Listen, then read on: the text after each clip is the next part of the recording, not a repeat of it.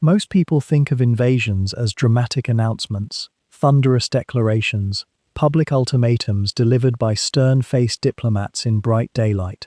But the invasion of Norway and Denmark in the spring of 1940 began not with thunder, but with silence. It began in darkness. It began with the slow, deliberate movement of ships through cold northern waters while villages slept, and while the world still believed in the possibility of peace along the edges of a continent already burning. Picture, if you will, the Norwegian coast in those final hours before dawn on April 9, 1940. The fjords lay still and deep, their steep granite walls rising like sentinels who had watched over these waters for millennia and would watch over them for millennia more.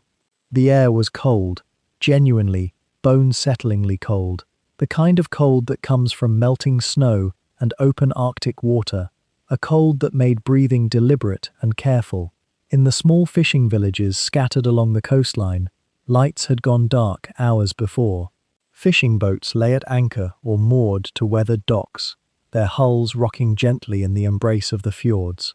Somewhere, a rope might creak. Somewhere, the lap of water against wood might whisper through the silence. But these sounds were so familiar, so woven into the ordinary rhythm of Norwegian life, that no one heard anything unusual in them. The villages themselves, places like Kristiansand, Bergen, Trondheim, names that would soon carry weight far beyond their quiet harbours, were sleeping the sleep of people who had reason to believe their neutrality mattered, who believed, perhaps, that the Great War raging to the south would pass them by. The fishermen who slept in cottage rooms, their families warm beneath wool blankets, would wake in a few hours to tend nets and check equipment. The harbour masters would make their morning rounds. The lighthouse keepers would continue their eternal vigil, as they had done for generations. Children lay in beds, their breathing slow and deep, dreaming the uncomplicated dreams of the young. But if one could have hovered above those fjords in those last moments of darkness, if one could have seen what the sleeping coast could not see, a different picture would have emerged. Dark shapes moved through the water, many dark shapes. An entire ocean made of iron and men was sliding northward through the midnight sea, carrying not peace, but the machinery of war. The ships moved with purpose, but without celebration, without the blare of horns or the wash of searchlights. German naval vessels, transport ships, and troop ships, hundreds of them, were making their way through channels that had seemed so carefully neutral just hours before. The hum of engines, diesel engines driving powerful screws through cold water, was the only song, and it was a song heard by almost no one. The men aboard these ships, thousands of them, stood on decks or were packed below in holds, knowing what was about to happen, knowing they were part of something that would alter the shape of the continent. Some were nervous, some had seen war before and knew what it meant. Some were young enough that this invasion seemed like an adventure, a deployment to a place that was almost romantically distant, almost untouched by the destruction already underway in Poland and France. Consider the peculiar paradox of invasion itself. It requires absolute secrecy until the moment of absolute exposure. The conspirators cannot announce their intentions. They cannot prepare the ground diplomatically. They must move in shadow and move in force, and move with such coordination that all the hidden pieces strike simultaneously, turning silence into chaos in the span of a single sunrise. If you find yourself drawn to understanding how this moment unfolded, how a neutral nation was quietly surrounded while it slept, how military planners orchestrated one of the war's most audacious combined operations, and how a small, peaceful corner of Europe became a battleground that would echo through the rest of the century, I'd encourage you to subscribe to this series. We're going to walk together through Operation Weserübung, through the strategic calculations that preceded it, the extraordinary risks the Germans took in splitting their navy across vast distances, the resistance that Norwegian and Danish soldiers and civilians would mount, and the ways that this invasion reshaped the entire balance of the Second World War. This is a story that deserves to be told slowly, carefully, with the full weight of its human and historical dimensions. And so, returning to that moment, the water was dark. The mountains stood black against a sky, that was only slightly less black. Along the coast, people slept in their ordinary beds, in their ordinary lives, not knowing that within minutes, within hours, everything would change. The cold air carried no warning. The fjords offered no sign. But the ships continued their silent movement through the darkness, and at 1,000 points along the Norwegian and Danish coasts, men prepared themselves for orders. The invasion had not yet begun, and yet, in all the ways that mattered, it was already underway, the silence before the strike. The moment when history was being rewritten by decisions made months before, by plans drawn up in Berlin, by calculations about iron ore and strategic advantage, by the ambitious, consuming logic of a regime that had convinced itself that it could remake the map of Europe through force of will and coordinated violence. The question that might occur to us, listening to this story in the quiet of night, is a simple one. What makes ordinary people believe that the peace around them is permanent? The Norwegian fishermen, the Danish harbour masters, the small shopkeepers in Oslo and Copenhagen, they had built their lives on assumptions about stability, about the protective value of neutrality, about the idea that the world's great powers might clash elsewhere without disturbing the careful balance of the North. They were wrong. They couldn't have known they were wrong, but they were, and in the next hours, through no action of their own, through no declaration they had made, they would find themselves not merely at war, but already defeated before they knew the fighting had begun. The speed of what was coming would be almost incomprehensible. The coordination of it would be almost beautiful, if it had not been so devastating. The dawn was still hours away. The ships continued their silent progression. The coast continued to sleep. And history, like a glacier that moves invisibly until the moment it reshapes the entire landscape, continued its inexorable work. The waters of the North Sea hold their secrets deep, and there are stories within those waters that deserve to be told slowly, carefully, the way history ought to unfold when you have time enough to truly listen. What you've just heard, those sleeping villages, that cold anticipation in the darkness, is merely the opening breath of something far larger. It's the prelude to one of the war's most audacious and consequential operations, an invasion that would redraw the map of Northern Europe in a matter of days and set in motion cascades of events that echoed across continents and across decades. If you found yourself drawn to this beginning, drawn to the particular texture of how these events unfolded, you might consider staying with this journey all the way through. There are moments ahead that demand to be witnessed with patience. The grinding of gears in German headquarters as plans took shape, the impossible decisions facing small nations caught between great powers, the sudden violence of war arriving on peaceful shores, and the quiet courage of ordinary people thrust into extraordinary circumstances. The story of Operation Weserübung isn't simply a military campaign. It's a window into how history sometimes turns on a single decision, a single morning, a single ship sinking in a narrow fjord.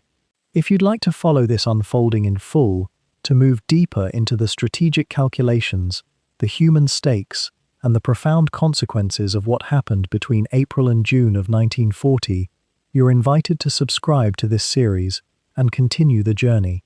Each stretch has been crafted with the same care, the same attention to both historical truth and narrative texture, designed to let you absorb these events as they genuinely occurred, while drifting gently into sleep. There's something about understanding history in this way, at a pace that honors both the facts and the feeling, that changes how these moments live in your memory. So settle in, and let's move forward together into the strategic landscape of early 1940, where Britain and Germany were both beginning to recognize that Scandinavia could no longer remain on the periphery of their conflict.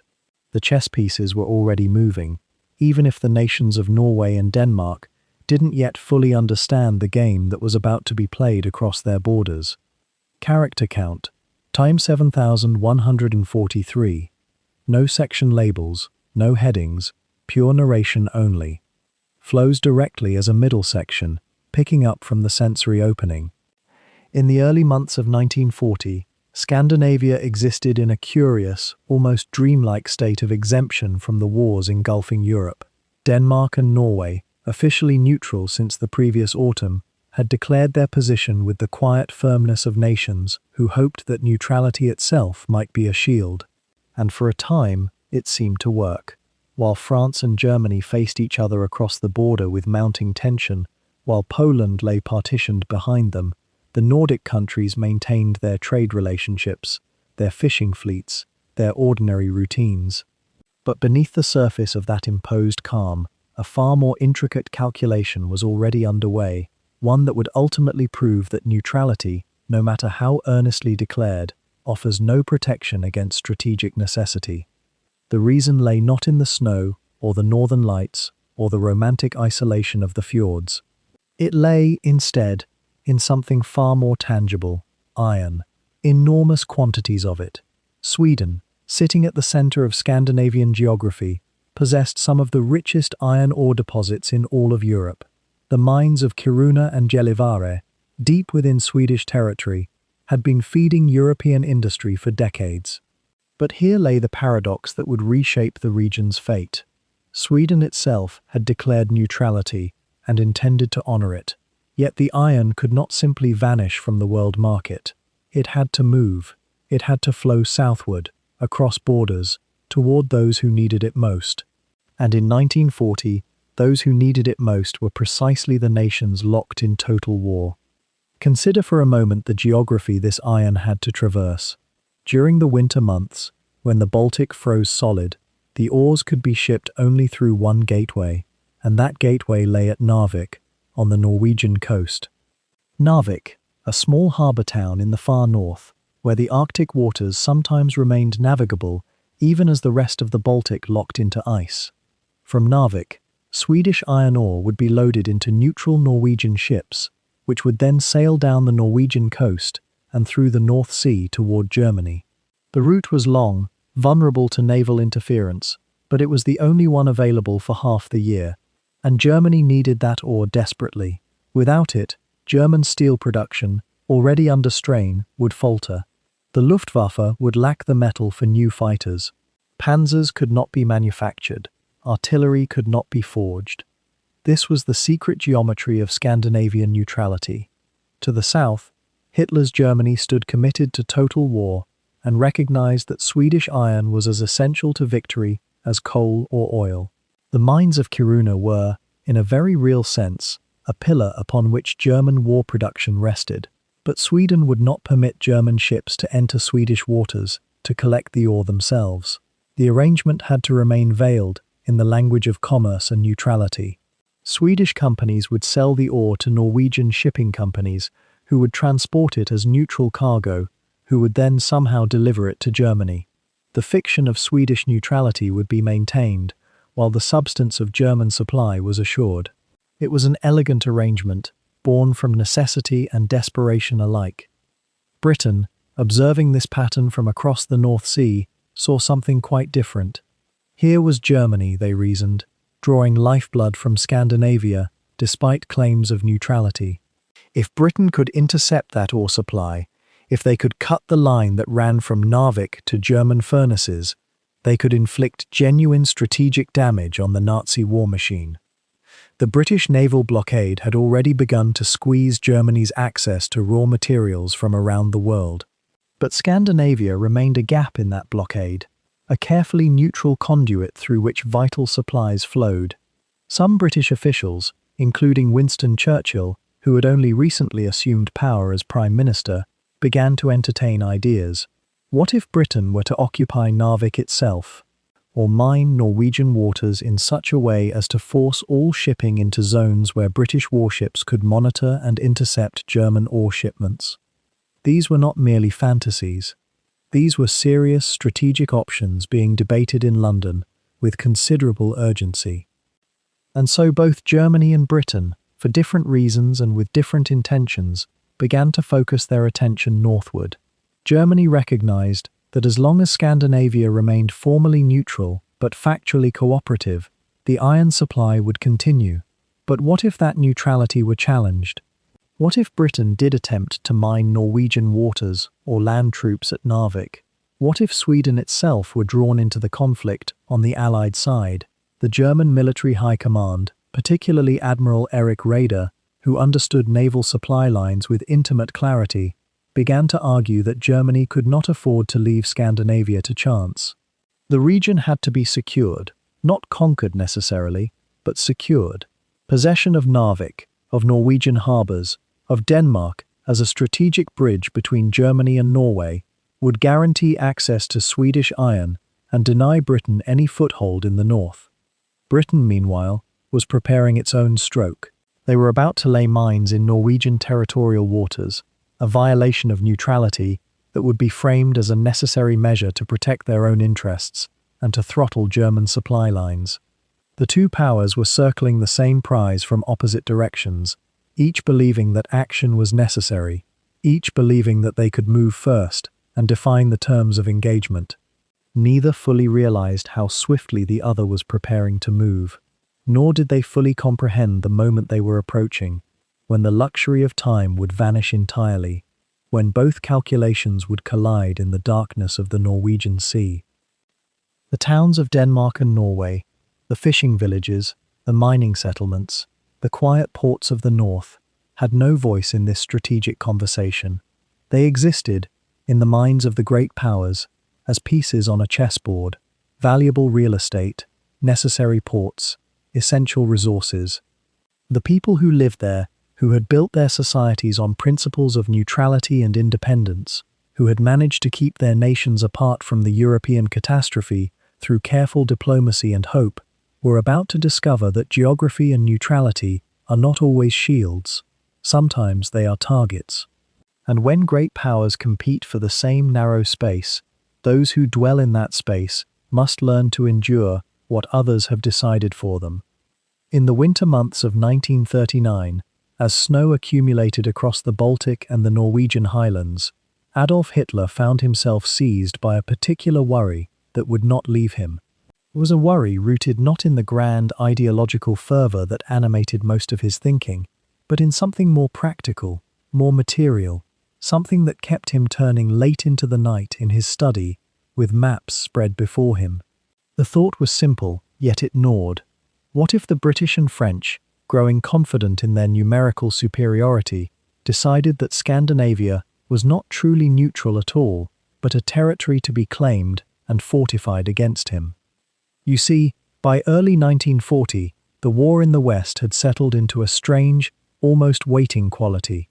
The Germans had crushed Poland months before, and yet the British and French seemed content to sit behind their fortifications, secure in their belief that the great clash would come later, on grounds they would choose. But Hitler understood something about his adversaries that many did not.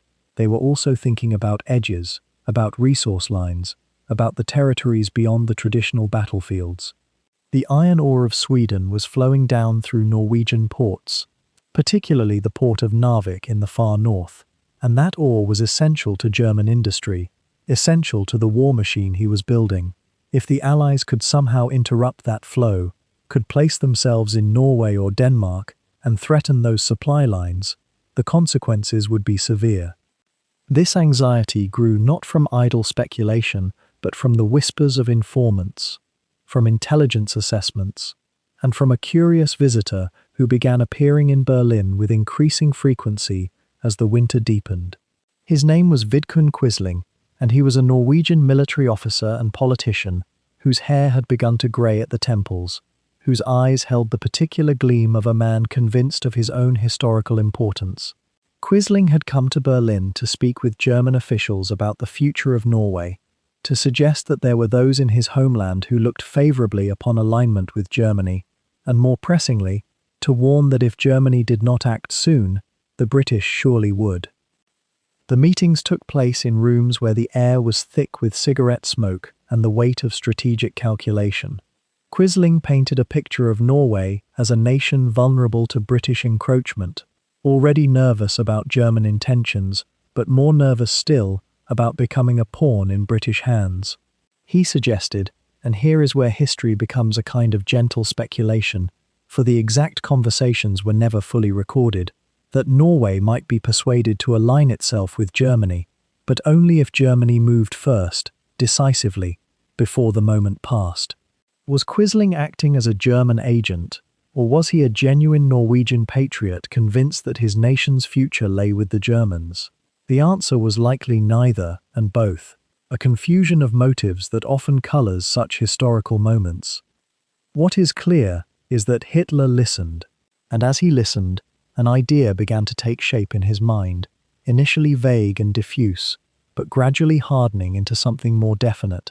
The question was no longer whether to act in Scandinavia, but how, and when, and with what force. Could Germany, with its relatively modest naval strength, actually project power across the North Sea and into Norwegian fjords, while the British Royal Navy still commanded those waters? Could the army be transported, supplied, and protected in territory so distant from German bases? The military challenges were enormous, almost daunting to contemplate. Yet there was something in the boldness of the idea that appealed to Hitler's imagination. Throughout his rise to power, he had frequently bet on audacity when caution seemed the prudent course, and each time his gambles had somehow succeeded. Why should this be different? The Allies, he believed, were sluggish, unprepared for quick, decisive action. They still thought in terms of positional warfare, of long lines of fortifications and grinding campaigns. They would not expect him to move in the north. The very unexpectedness of it would be its strength. In January of 1940, Hitler tasked his military planners with developing an operational concept for the invasion and occupation of both Norway and Denmark. The directive was given quietly, almost casually, in the way that profound historical decisions are sometimes made, not with great ceremony, but as a sort of natural extension of existing worries and existing thoughts. The task fell to General Nikolaus von Falkenhorst, a figure whose name would become synonymous with this operation, and whose task was almost impossible to accomplish. What followed was a period of intense, sometimes chaotic planning that would last through the late winter and into early spring. Officers pored over charts of Norwegian coastlines, tracing the deep fjords with their fingers, calculating supply distances, worrying about weather, about naval opposition, about the logistics of getting men and equipment across open water while vulnerable to enemy interference. How could such a thing be done at all, let alone successfully? The planning rooms of Berlin filled with arguments, with proposals and counter-proposals, with moments of genuine doubt about whether the operation was even feasible. The influence of Quisling continued throughout this period. He visited Berlin repeatedly, and while historians debate exactly how much weight his counsel carried in the final decision-making, it is clear that his presence, his insistent warnings about British intentions, and his suggestions that Norway might not resist German occupation with full force, all contributed to the growing conviction in German leadership that the time had come to act. There was a kind of circular reasoning at work. The more Hitler believed in the threat from the Allies, the more urgent the operation became. The more urgent it became, the more Quisling encouraged him to proceed. By March of 1940, the planning had advanced sufficiently that the operation had been given a code name, Weserübung, an almost lyrical term that roughly translates to Exercise Weser, though it was anything but an exercise.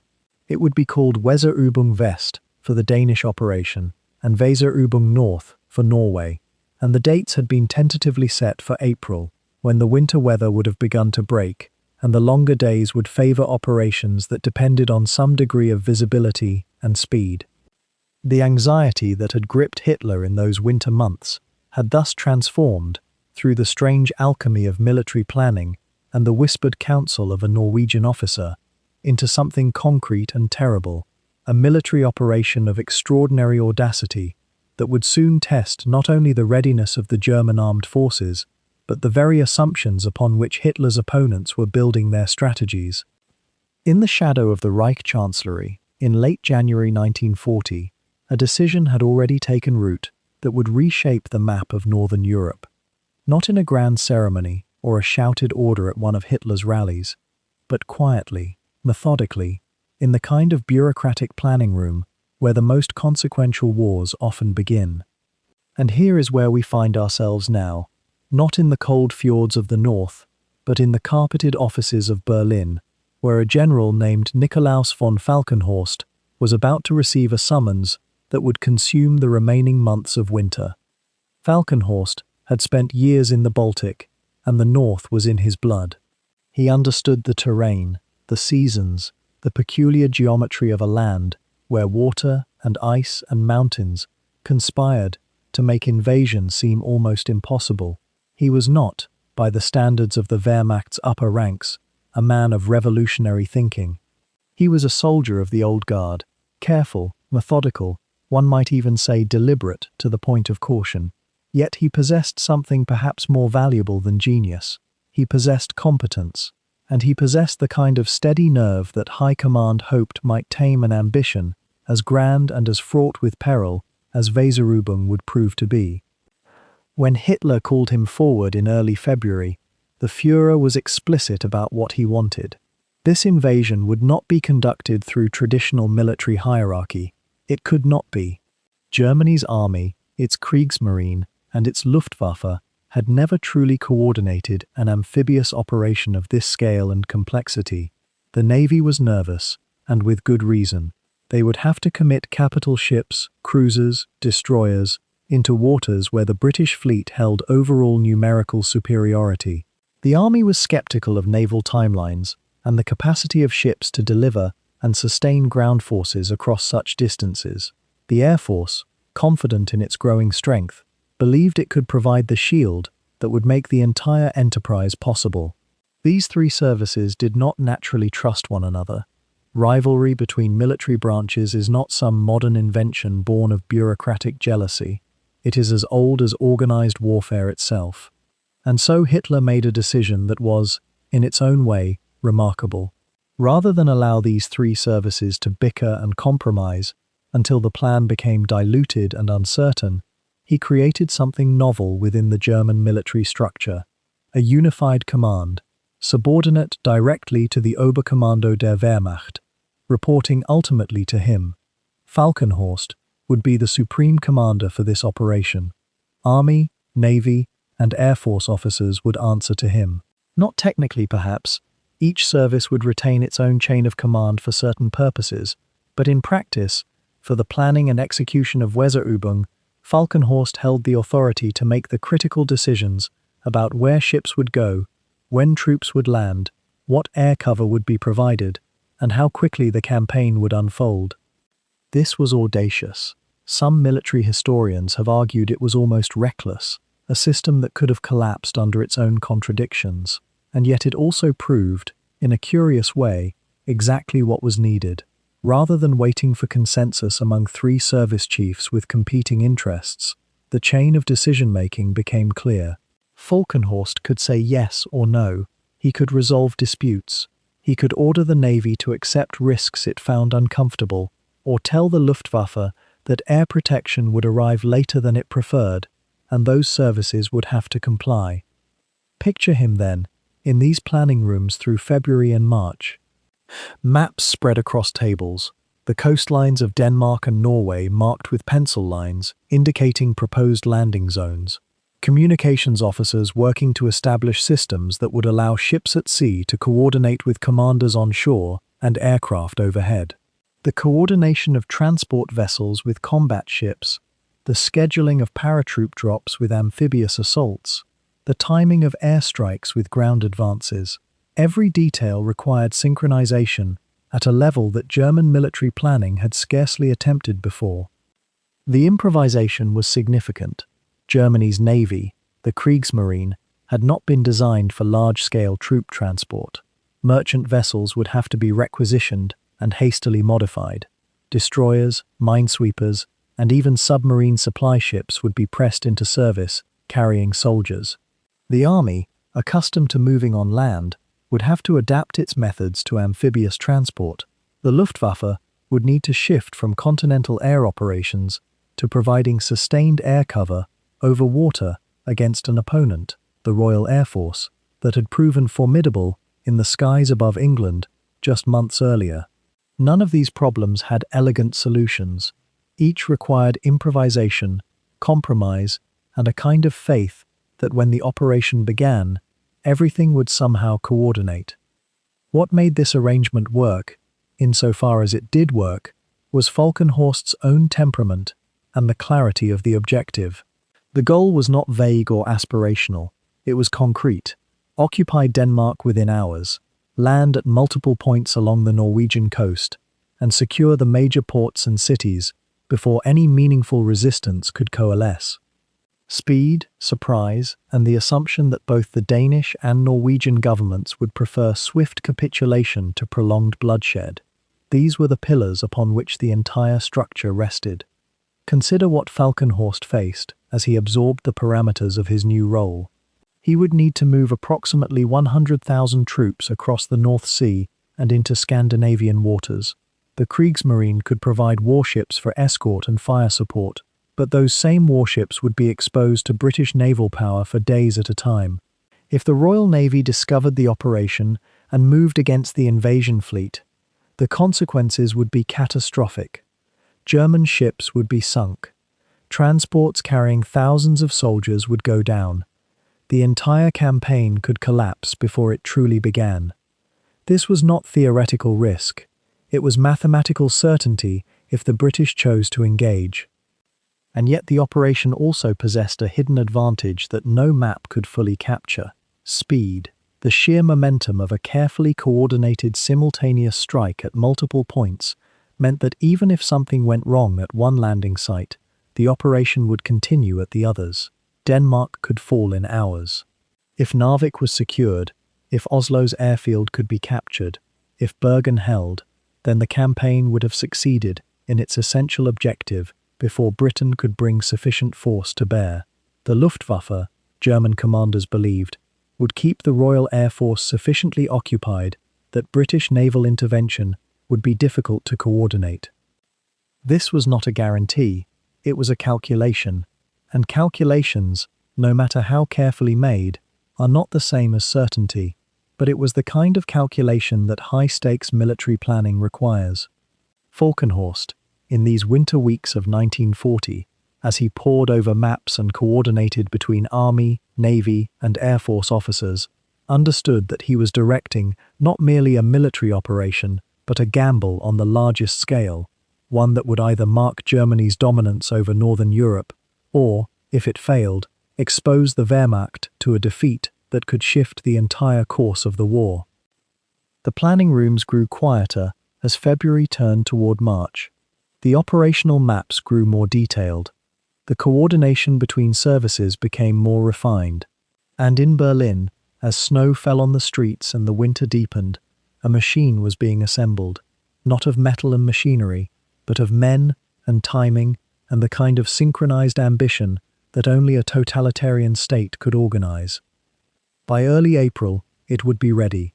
The ships would begin their journeys. The paratroopers would prepare their drop zones, and in the fjords of Norway and the flat fields of Denmark, a morning was waiting that would change everything, though neither the sleeping fishermen nor the dreaming soldiers could have known what was coming in the darkness before dawn. Now, if one were to stand on the border between Germany and Denmark on that early morning in April, one might have noticed something peculiar about the landscape itself. Where Norway's geography is all drama, jagged peaks rising from black water, narrow straits and deep fjords that seem designed by nature as defensive fortresses, Denmark is almost the opposite. It is flat, remarkably, stubbornly flat. The Jutland Peninsula stretches north like a long, open hand, and when you cross into the Danish islands, Copenhagen sits on the island of Zealand, with barely a hill to interrupt the sight lines in any direction. There are no mountain passes to defend. There are no dramatic coastal cliffs where a small force might hold back an invasion indefinitely.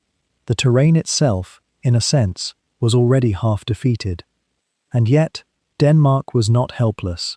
The nation had maintained what most smaller European powers kept in those years, a defense force. The Royal Danish Army numbered perhaps 12,000 men, equipped with rifles and a handful of machine guns, supported by artillery that was respectable enough for homeland defense, but utterly insufficient against a modern, mechanized army moving with the weight of the German war machine behind it. The navy was smaller still, a collection of aging destroyers and patrol vessels scattered across a coast that was simply too long to properly defend. The Air Force consisted of fewer than 100 aircraft, many of them already outdated. These were not the numbers of a nation that had prepared for a full-scale invasion. They were the numbers of a country that had chosen, consciously and with some calculation, the role of the peacekeeper, the neutral middleman, hoping that by staying out of the conflict convulsing Europe, it might remain untouched. This strategic choice, Denmark's neutrality, had been no accident. Since the Great War, which had left bitter memories and physical scars across all of Europe, the Danish government had pursued a deliberate policy of non-alignment. They traded with Germany, yes, and they traded with the British as well. The iron ore from Sweden, so crucial to German rearmament, flowed south through Danish waters and across Danish territory, enriching Danish merchants and creating a web of economic interdependence that seemed to offer protection. Surely, reasoned the Danish politicians and generals, if we remain neutral, if we do not provoke, if we maintain careful diplomatic balance, then an invasion would be unnecessary. Germany had no quarrel with Denmark. Denmark posed no threat to Hitler's ambitions. Why would he invade? The answer to that question, whispered in German planning rooms and in Hitler's increasingly restless mind, was strategic necessity rather than aggressive spite. Denmark was not the target, it was the doorway. The kingdom sat directly across the narrow waters separating Germany from Norway, and to invade Norway successfully, you needed to secure Denmark first. You needed air bases. You needed to ensure that your long supply lines could function without fear of Danish territory being used by the British as a staging ground. Once the decision had been made in Berlin to seize Norway and its iron ore, Denmark's fate was sealed, not by anything the Danes had done, but by geography and the demands of a larger strategy. Yet the Danish government, when the invasion came, faced a choice that was perhaps the most difficult decision any nation can make in wartime. They could attempt to resist. They could call up their 12,000 soldiers. They could fortify the borders.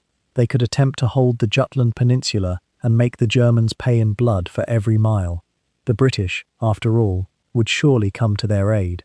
They had already demonstrated, in Scandinavia and elsewhere, that they could not tolerate German domination of Northern Europe. Surely reinforcements would arrive. Surely the German advance could be slowed, halted, turned back. Or they could capitulate. They could open their borders, allow the Wehrmacht to pass through unopposed, preserve their cities from bombardment, spare their soldiers' lives from what would inevitably be a futile and brief conflict. They could maintain the structures of their government, keep their monarchy intact, hope that by cooperating, by not offering true resistance, they might preserve something of Danish independence and sovereignty after the war ended. It was a calculation made by civilians and military men alike, and it reveals something important about how nations, even small ones, must sometimes choose between honor and survival, between symbolic resistance and pragmatic endurance. The Danish king, Christian X, had reigned for 50 years by the time the invasion came. He was 70 years old, a figure of enormous respect in Danish life, and he carried the weight of the nation's welfare on his shoulders. His generals reported the grim mathematics: we cannot win. The German Air Force alone would render organized resistance impossible. Our soldiers would be slaughtered to no purpose. Our cities would burn. Our people would suffer for a resistance that could delay the inevitable by days, perhaps weeks, but not stop it. What good, they asked, would symbolic heroism serve if it meant the deaths of thousands of civilians under German bombardment? It is perhaps too easy, listening from a distant century, to judge that decision. What one might notice, instead, is the quiet, almost mournful resignation that colours the historical record of those Danish councils of war. There is no ecstatic talk of heroic last stands. There is instead the exhausted language of men confronting mathematical reality. We cannot win, therefore we must preserve what we can. And so Denmark, the small kingdom at the gateway to Scandinavia prepared itself not for a glorious defense, but for an occupation that would last 5 long years, and it did so with the understanding that this was not weakness, but a different kind of courage, the courage to accept what cannot be changed while protecting what can still be saved. The very flatness of the Danish landscape, then, was not merely a military liability, it was a kind of metaphor for the nation's political situation as well. Nowhere to hide, nowhere to make a last stand, nowhere to retreat to. Denmark would have to endure, not resist. It would have to survive, not fight. And in the quietness of that acceptance, even with all the suffering that occupation would bring, there was a peculiar kind of dignity. The government would not be destroyed, the king would remain in Copenhagen, the structures of Danish life would persist, transformed and constrained, but persistent. Whatever else the invasion would bring, it would not be the total erasure of Denmark. In the cold waters north of Germany, in those last hours of April the 8th, the night lay thick and absolute, the sort of darkness that swallows sound itself. And across the grey-black surface of the North Sea and the Skagerrak Strait, a silence was being maintained that would hold only until dawn, a silence born of deliberate radio discipline and the kind of focused intent that comes only when thousands of men know exactly what they are sailing toward and why they must not be heard before the moment arrives. The German transport ships moved through this darkness in loose formation, their engines thrumming at a steady, unhurried pace, a sound that somehow felt both ordinary and laden with consequence. Cargo vessels, passenger ships hastily converted, naval transports laden with supplies and ammunition, nothing grand or heavily armed. Just the transport apparatus of an invasion moving slowly through the pre-dawn cold, their hulls cutting through water that was still only a few degrees above freezing. From the deck of one of these vessels, the world would have appeared almost unreal, the faint outline of companion ships materializing for a moment and then dissolving again into the fog and darkness. The smell of engine oil mixing with salt spray and the close, warm presence of hundreds of soldiers in packed compartments below decks, some sleeping fitfully, others staring into the black and waiting. Consider, for a moment, what those crews and soldiers understood about their own visibility. The German naval planners had calculated with meticulous care that this crossing could be made under cover of darkness and weather, that the narrow windows of opportunity, the fog rolling in from the Atlantic, the particular distribution of British naval patrols, the position of the moon, all of these aligned sufficiently that they might slip through. But the margin was thin, the risk was immense, no armor to speak of, no heavy firepower. If they were discovered now, in mid-crossing, the entire enterprise could dissolve into chaos and loss before it even began.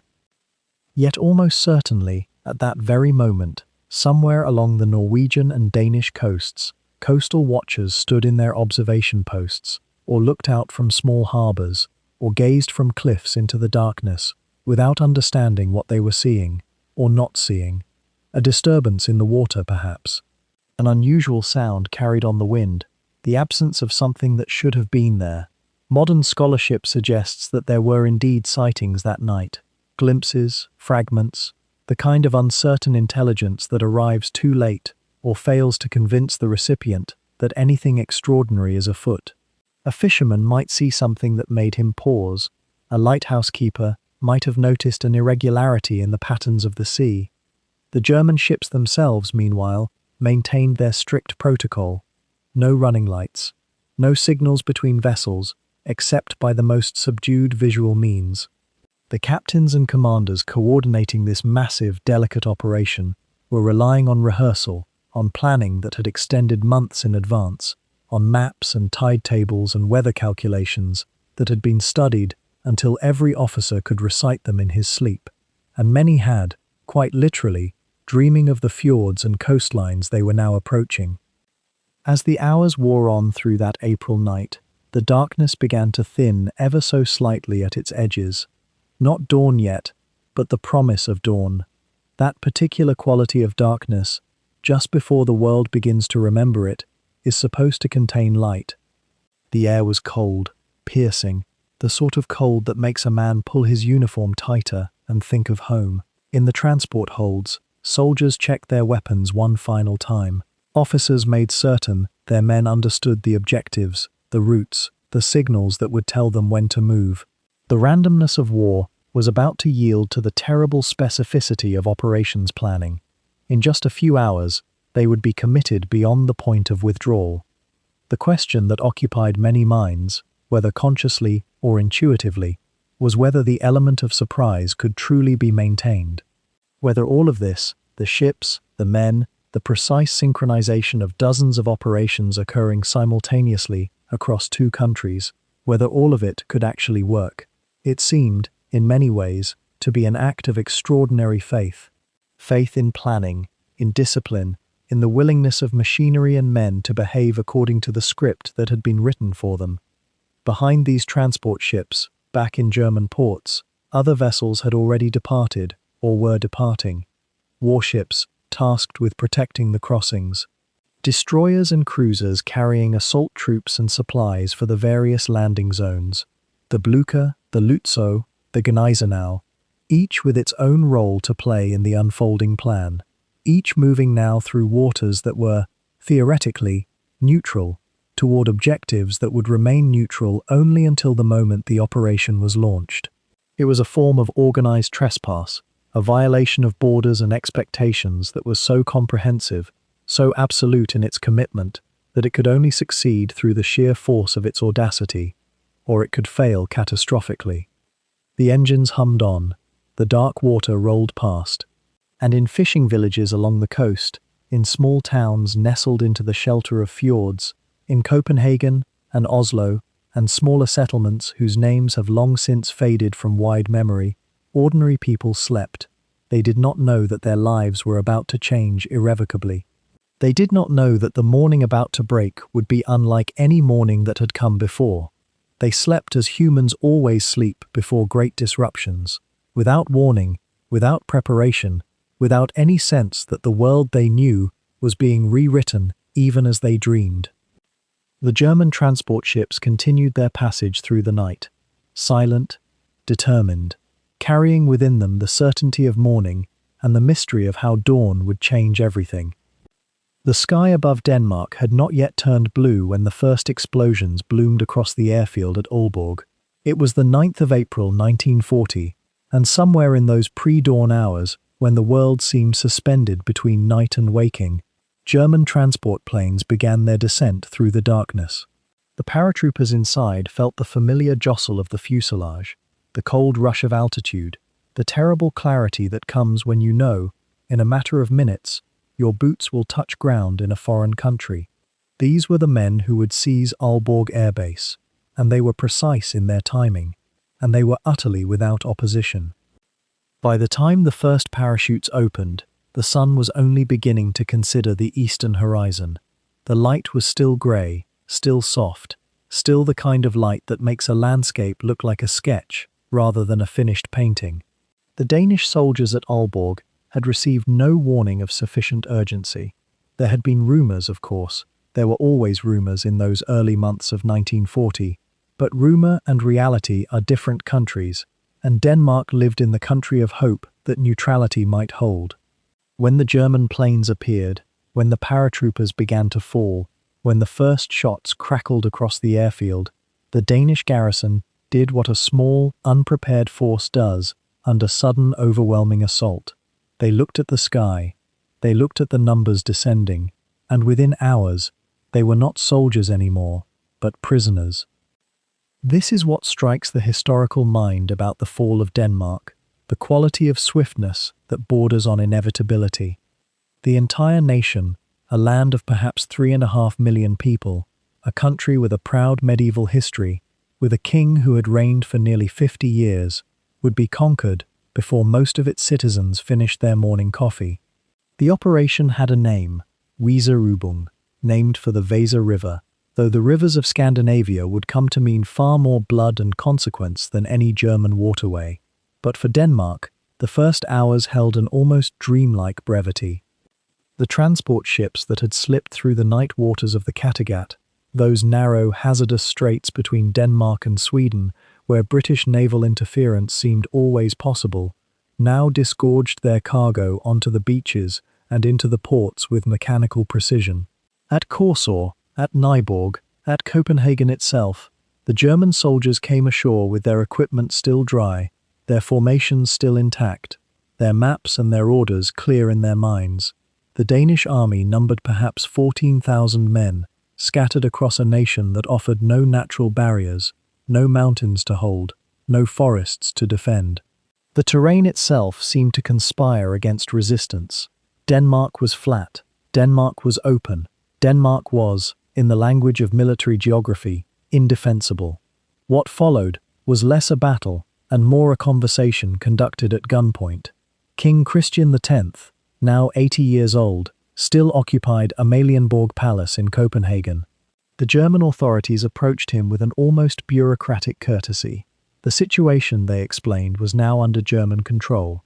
Any resistance would be futile and would result in unnecessary bloodshed.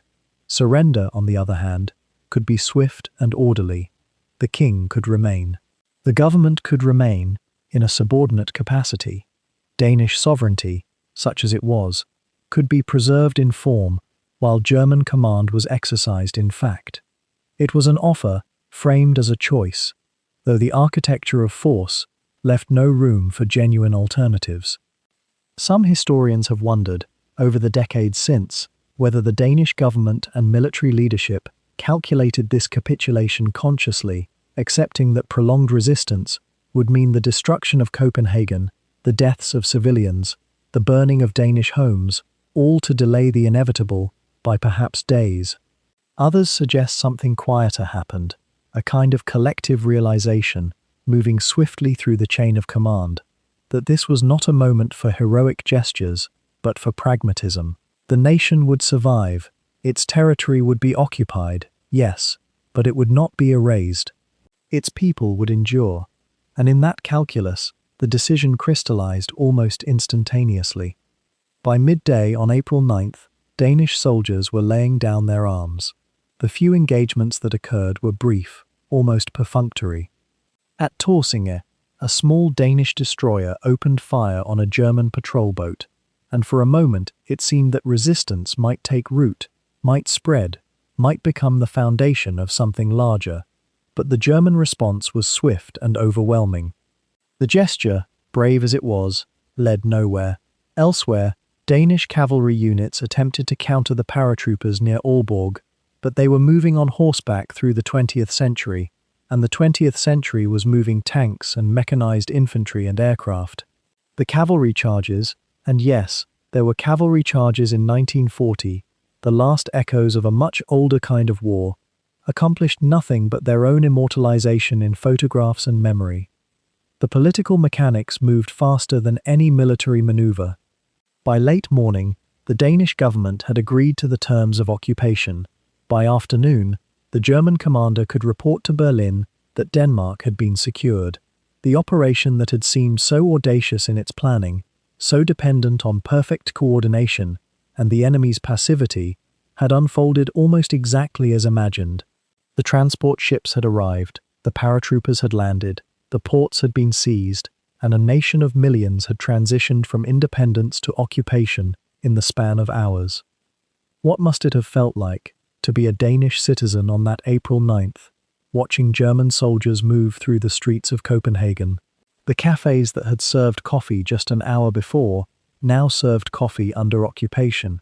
The newspapers that had printed one morning's edition now faced the question of what they could print tomorrow. Families gathered in living rooms and listened to radios, and heard first disbelief, then acceptance, then the strange quiet that comes when everything has changed, and yet the sun is still shining, the birds are still singing, and the basic rhythms of life continue uninterrupted.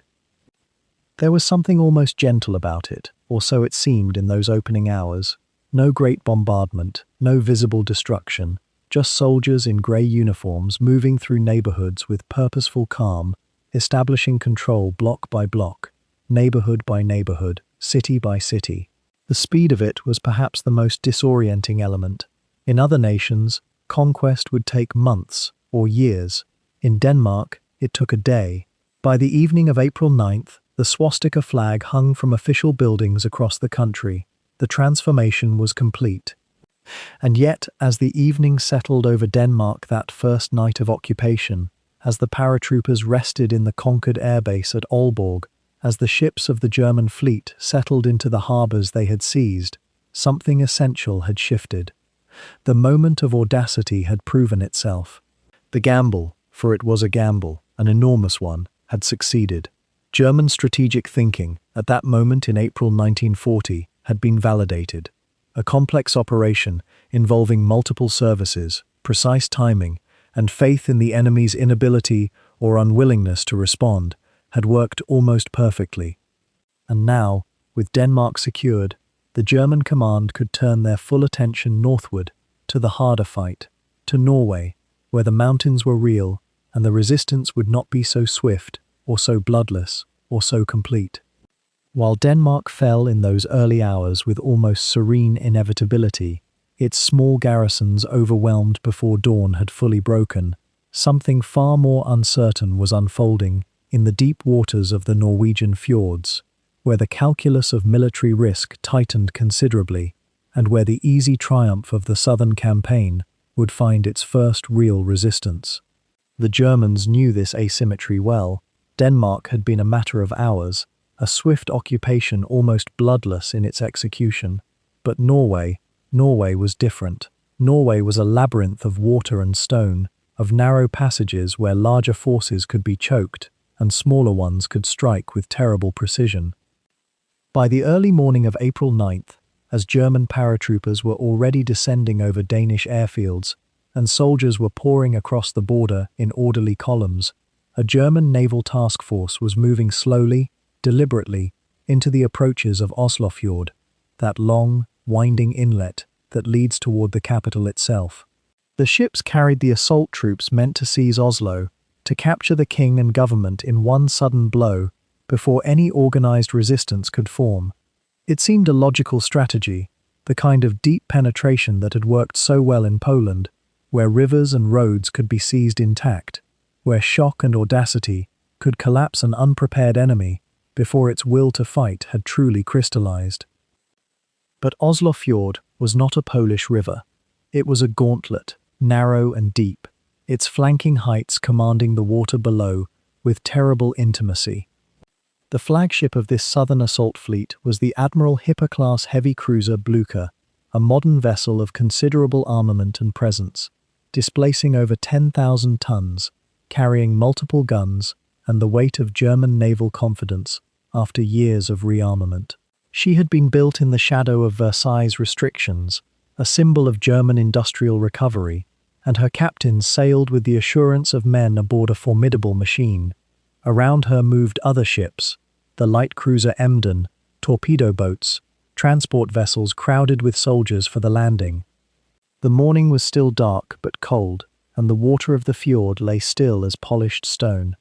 What the German commanders did not fully appreciate, what their intelligence had perhaps underestimated or failed to penetrate, was that certain segments of the Norwegian military, whatever the government's hesitation about prolonged conflict, had begun to move. In the hours before dawn, as news of the invasion in Denmark had filtered northward, Norwegian officers in the fortress positions overlooking Oslofjord had begun to man their guns. These were not modern weapons by German standards.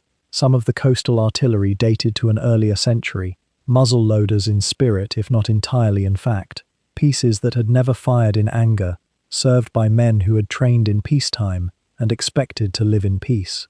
But they occupied positions of natural advantage, and as the cold dawn light began to seep across the water, as the shapes of German ships became gradually visible against the paling sky, something like readiness took hold. The Blücher moved deeper into the fjord, her engines humming with a steady, purposeful rhythm through water so cold it seemed almost crystalline. Those aboard her, the naval officers on deck, the soldiers crammed below, the gunners at their stations, existed in a state of tense anticipation. They were committed now. There was no turning back. The darkness had provided cover, but with each mile forward, the escape routes behind them seemed to narrow, and the exposed throat of the passage ahead seemed to lengthen.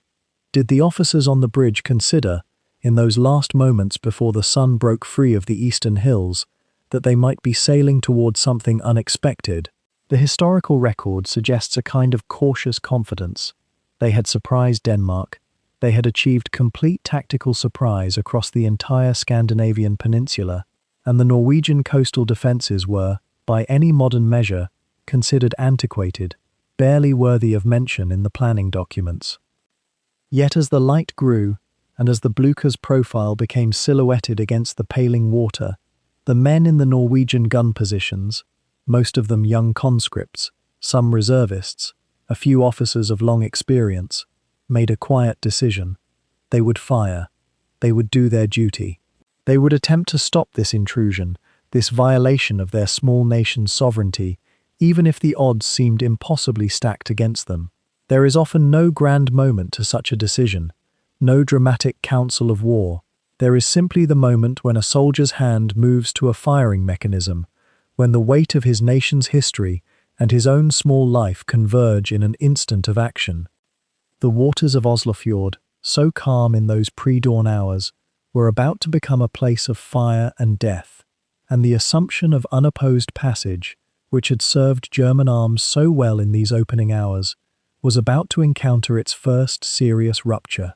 The Norwegian guns, old though they were about to remind the world that even antiquated defences, when manned by determined men in positions of advantage, possess a power that no modern ship, no matter how formidable its armour or its guns, should ever wholly discount. In the early hours of that April morning, as the German invasion fleet approached the narrow waters leading into Oslo, one ship carried the weight of German naval confidence and, unknowingly, the seeds of its own destruction. The heavy cruiser Blucher, a vessel of impressive size and firepower, had been launched just 3 years earlier, and she was considered among the most modern warships in the Kriegsmarine's inventory.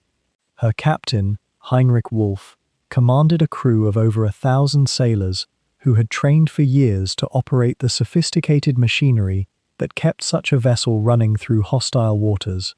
They were professional men, many of them veterans of earlier campaigns, and they believed themselves part of an overwhelming force that could accomplish what no other navy had dared attempt. As the Blucher moved through the pre-dawn darkness toward the Drobak Narrows, a passage so narrow and constrained that it demanded careful navigation even in peacetime, the ship's officers would have felt the familiar weight of responsibility that comes with commanding a major warship in war.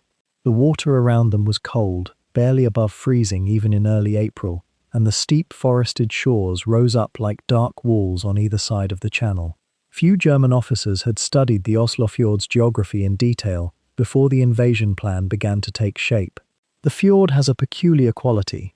The water is deep, but the passage itself is treacherously narrow in places, and at Drobak Narrows, the channel constricts to barely more than 500 meters wide. What the Blucher's officers perhaps did not fully appreciate was that the Norwegian had placed 2 small but significant coastal defense batteries on the heights above this very narrows. These were not massive fortifications, not compared to what existed elsewhere in Europe. They were modest installations, a battery of 11-centimeter guns on one side and another of older 28-centimeter pieces on the other, the kind of defensive positions that might have seemed almost quaint to a modern warship captain. Yet in the cramped geography of the Oslofjord's narrowest point, geography itself became destiny. As dawn broke, and the darkness lifted only slowly in those high northern latitudes, the Blucher's lookouts would have begun to discern the shape of the land. The ship was moving at a modest speed, alert but confident. Surely, the thinking went, any Norwegian coastal defense would have been abandoned or surrendered as part of the swift German takeover that was supposed to be happening across the entire country. But the Norwegian commanders at Drobak had not received orders to stand down. They had received, instead, a command that would echo through history. They were to defend their position and resist the German advance. The order seems almost impossible in retrospect. a handful of aging guns against one of Europe's most modern heavy cruisers. What could possibly be the outcome but Norwegian defeat? And yet, there is something in the mathematics of physics and geography that transcends the mere specifications of a ship's armor. At approximately 4:20 in the morning, as the Blucher rounded into the narrowest part of the Narrows, the order was given at the Norwegian battery positions. The 11-centimeter guns fired first, their smaller shells striking the cruiser's superstructure and upper works. These were not disabling blows. A modern warship's armor was designed to withstand such caliber fire at reasonable ranges, but the older 28-centimeter guns, positioned on the other shore, carried something far more consequential. These weapons were relics of an earlier naval age, originally part of harbor defenses, and they had been positioned on the heights overlooking the Narrows with no particular hope of effectiveness. When they fired, however, the shells followed a path that combined the cruiser's terrible confinement with pure chance. One of those massive shells found the Blucher at a vulnerable moment and in a vulnerable location. It struck the ship's machinery spaces with devastating effect. Within seconds, the Blucher's engines, the great turbines that had powered her through every campaign, began to fail. The ship lurched, her forward momentum dying. She was now essentially immobilized in the narrow passage, a sitting target against the Norwegian guns that continued to pour fire from the heights above. What followed was not a prolonged battle, but rather a catastrophe unfolding in slow motion and intense violence. The fire aboard the Blucher began to spread. German damage control parties moved through the ship's passages, many of which were now filling with smoke and steam. The initial damage from the Norwegian guns was severe, but what happened next was worse. As the fires grew and German officers realized the ship might be lost, a terrified decision was made. Explosive charges stored aboard the vessel began to cook off, detonating in sequence as the fires reached the magazines. These internal explosions, far more powerful than anything the Norwegian guns could deliver, tore through the ship's interior. The Blucher, now engulfed in flames that lit up the early morning darkness along the fjord, began to list dramatically. Her crew, men who had trained for years to operate in coordinated harmony, suddenly found themselves in chaos. The ship was sinking, slowly and then with accelerating urgency. Men poured onto the deck, seeking escape from the inferno consuming the interior spaces. The cold of the fjord water was incomprehensible to those who had never experienced it. Not merely cold, but the kind of cold that stops the heart, that paralyzes the limbs, that makes every second of survival feel like a miracle. The water temperature in April, even in the high north, hovers just above freezing. Immersion in such water induces shock within minutes, and unconsciousness within perhaps 10. The Blucher's crew, many of them officers and skilled men, found themselves plunged into a nightmare of their own making, a nightmare born from the audacity of their invasion plan and the physical reality of geography that no amount of modern firepower could overcome. Lifeboats were launched, though in the chaos and the narrow confines of the Narrows, few could find safety. Some men clung to debris, others simply disappeared into the dark water, lost in the cold that had, for one morning, become the dominant force in their lives. The ship herself continued to burn and list, her massive hull tilting at an increasingly impossible angle. At 5:30 in the morning, the Blucher rolled over completely and sank into the depths of the Oslo fjord. She went down with the loss of over 1,000 men, sailors, officers, technical specialists, and young conscripts who had believed themselves part of an invincible force. The Norwegian coastal batteries, having achieved something that no naval force had managed in the entire war thus far, fell silent. The gunners, many of them reservists and part-time soldiers, would have stood in the pre-dawn stillness and watched the smoke rise from the fjord, where one of Germany's finest warships now rested at the bottom. There is a peculiar quality to military history that sometimes allows the smallest and most unlikely forces to achieve the most consequential results. The sinking of the Blucher was not the end of the German invasion. Far from it. German paratroops were already landing at Aalborg, German forces were already in Copenhagen, and the machinery of invasion was already in motion across Scandinavia. Yet there is something about that moment in the Drøbak Narrows that resonates differently. For the crew of the Blücher, there was nothing symbolic about it.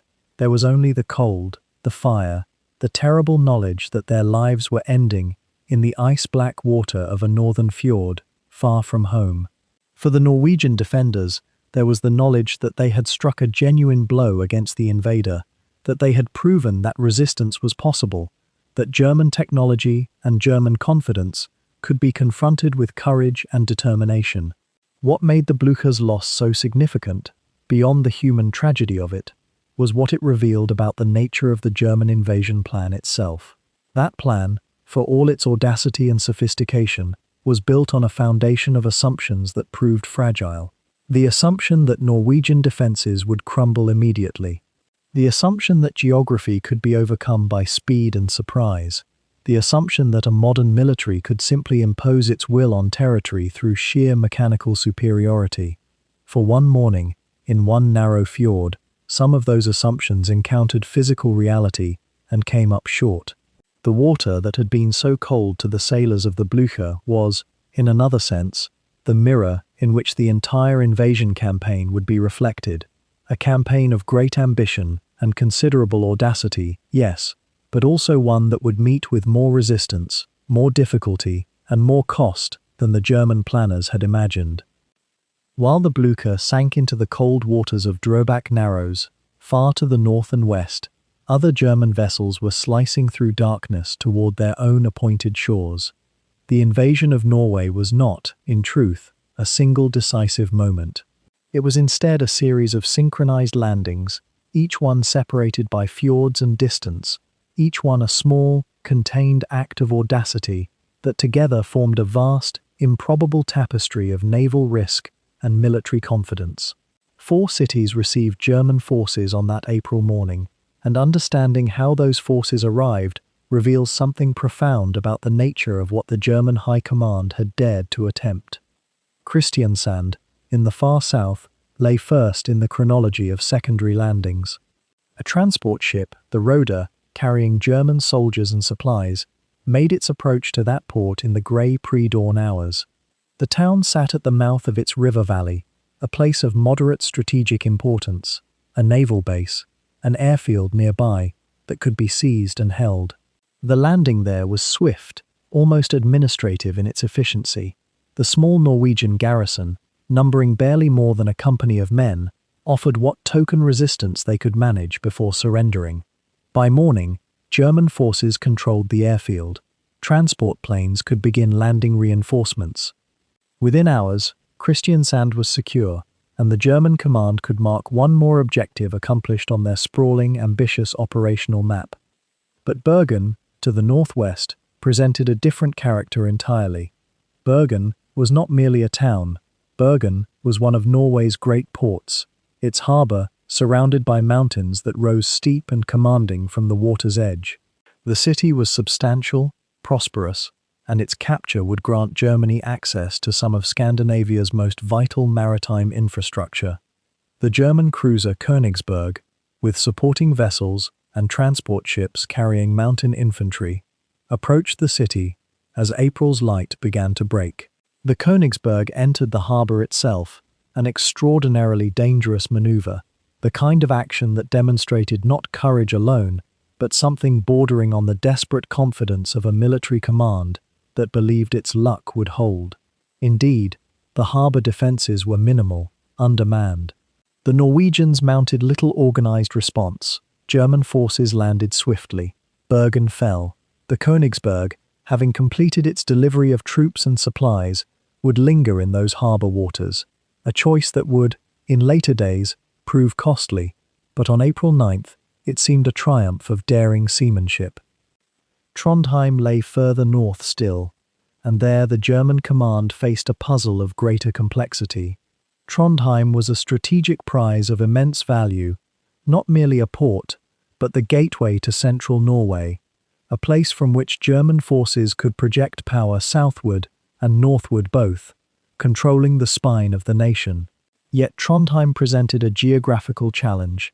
Its harbour, the Trondheim fjord, was long, narrow, and potentially defensible. The German command, aware of this constraint, chose a method that would become characteristic of Operation Weserübung as a whole. They would take the risk of naval penetration. A force of German destroyers, carrying troops in their limited spaces, would push up the fjord under cover of dawn and haze. They moved through waters that should, by any conventional logic of naval strategy, have proven fatal. A larger, better coordinated Norwegian defense could have torn those ships to pieces in the narrow waterway. But the Norwegian forces at Trondheim, like those elsewhere, were scattered, underprepared, and in the chaos of the morning's events, unable to mount sustained resistance. The destroyers reached Trondheim, troops landed. The city, by mid-morning, was in German hands, though not without loss. One destroyer would be sunk, another damaged severely, but from the German perspective, the cost was acceptable for what had been gained. And then there was Narvik, far to the north, where the Arctic Circle's reach extended down the coast, where the light in April barely dimmed, even in the midnight hours, where the landscape grew harsher, rockier, less inhabited. Narvik was perhaps the most ambitious German objective of all, and the most logistically improbable. Narvik lay at the terminus of the railway from Swedish iron ore fields. Every ton of iron ore that flowed south to German furnaces passed through or near Narvik's docks. Its possession would not only secure Germany's supply route, but deny it to the British, who had been quietly planning their own naval blockade of Norwegian ports to strangle German ore imports. The distance from Germany to Narvik was staggering. German destroyers, 10 of them, had to traverse the entire length of the Norwegian coast, pass through waters where the British Royal Navy held numerical advantage, and deliver their precious cargo of mountain troops into harbours that should, by any calculation of probability, have been sealed off by British naval forces already in position. Yet here lies one of the remarkable, almost implausible aspects of the entire Weserübung operation. The British did have ships in Scandinavian waters.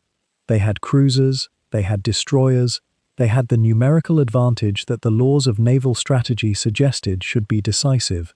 But they were distributed, scattered, engaged in other priorities. And they were surprised. The speed of the German operation, the simultaneity of it, the sheer audacity of sending large warships into narrow fjords and confined waters where they could be trapped and sunk. This audacity seemed to shock the British command structure into a kind of paralysis, at least in those critical first hours. The German destroyers bound for Narvik succeeded in their passage. They reached the harbour, they landed their troops.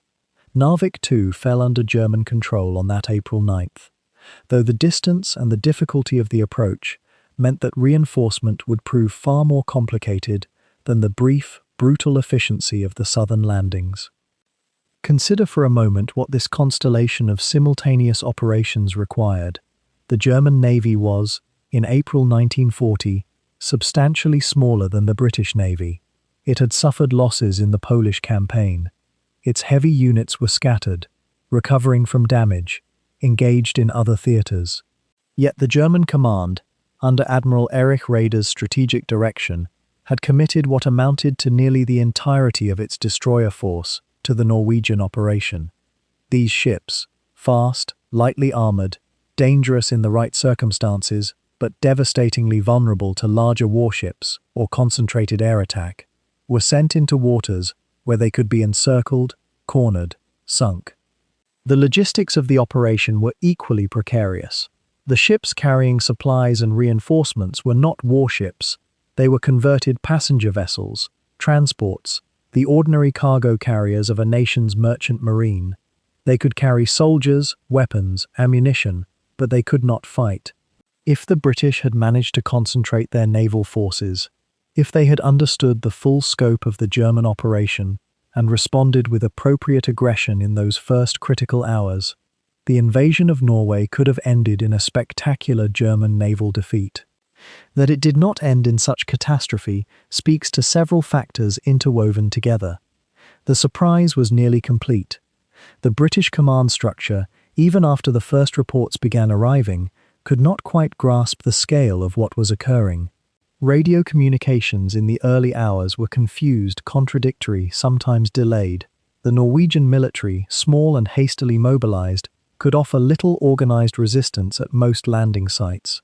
The German Luftwaffe, despite being outnumbered by the RAF, achieved local air superiority in crucial areas and at crucial moments. And there was, perhaps, an element of what might be called historical luck, the kind of chance that rewards audacious military gambles when circumstances align unexpectedly in their favor. The four landings, Kristiansand and Bergen and Trondheim and Narvik, were therefore not simply military victories. They represented something far more psychologically significant to the German command.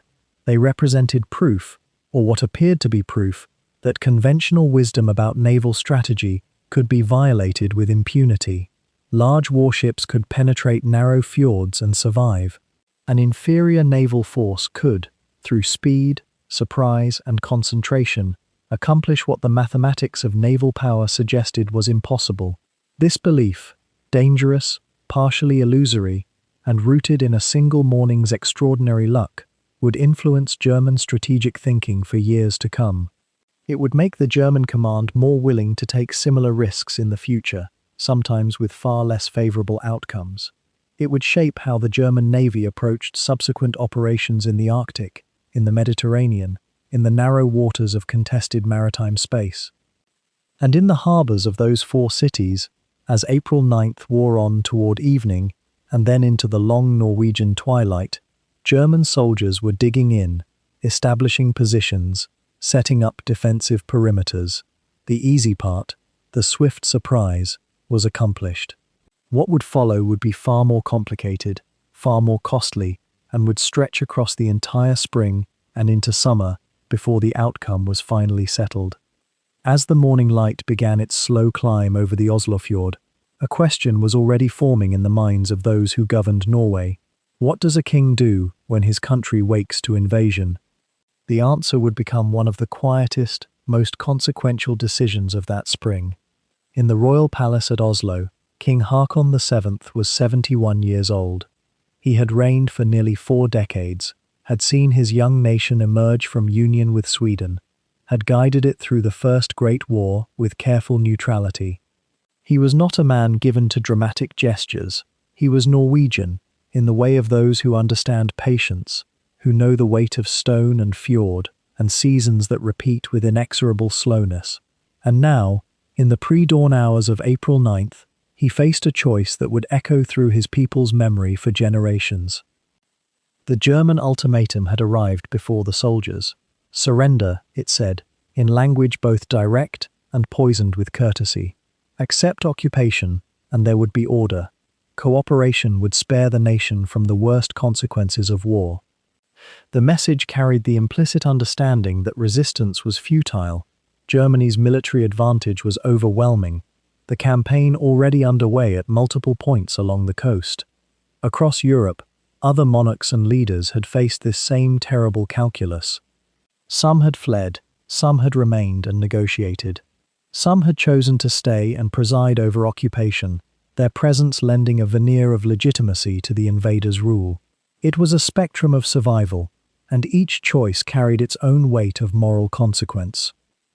But Haakon VII, in consultation with his ministers and his government, chose differently. The word spread quietly through the corridors of power in those early hours. The king would not surrender. He would not lend his authority to legitimacy, an invasion he had not invited and would not recognize. Instead, he and his government would evacuate. They would leave Oslo to the Germans and carry Norwegian sovereignty with them, intact, uncorrupted, into exile if necessary. This was not a military decision, it was a political one, and perhaps more importantly, it was a symbolic one. By refusing to sign the German ultimatum, by refusing to remain in the capital as a figurehead blessing German occupation, Haakon VII made a statement that transcended his own person. He said, in effect, Norway's independence is not mine to surrender. It belongs to the Norwegian people, and I will not betray their right to self-determination by lending them a captured king. The journey out of Oslo, then, became something more than a flight. It became an act of preservation. The royal party, the king, his son Crown Prince Olav, members of the government, and an expanding group of ministers, officials, and military advisors began moving northward. They traveled by road and by rail, staying ahead of German forces that were pushing inland from the coast. The slow urgency of their movement had an almost surreal quality to it. Here was the entire functioning apparatus of Norwegian sovereignty reduced to motor cars and desperation, moving through the Norwegian countryside like a government in fugue. One can imagine the strange, suspended quality of those hours. The king's car moving through spring forests where nothing yet knew that everything had changed, stops at small towns, where local officials would be told what was happening, often learning of the invasion itself only as the king's party passed through. The peculiar burden of bearing a nation's future on one's shoulders while traveling a road that might at any moment be blocked by German patrols. The government would eventually establish a provisional headquarters in the town of Elverum, a few hours north of Oslo. Here, in a railway station, a critical meeting took place.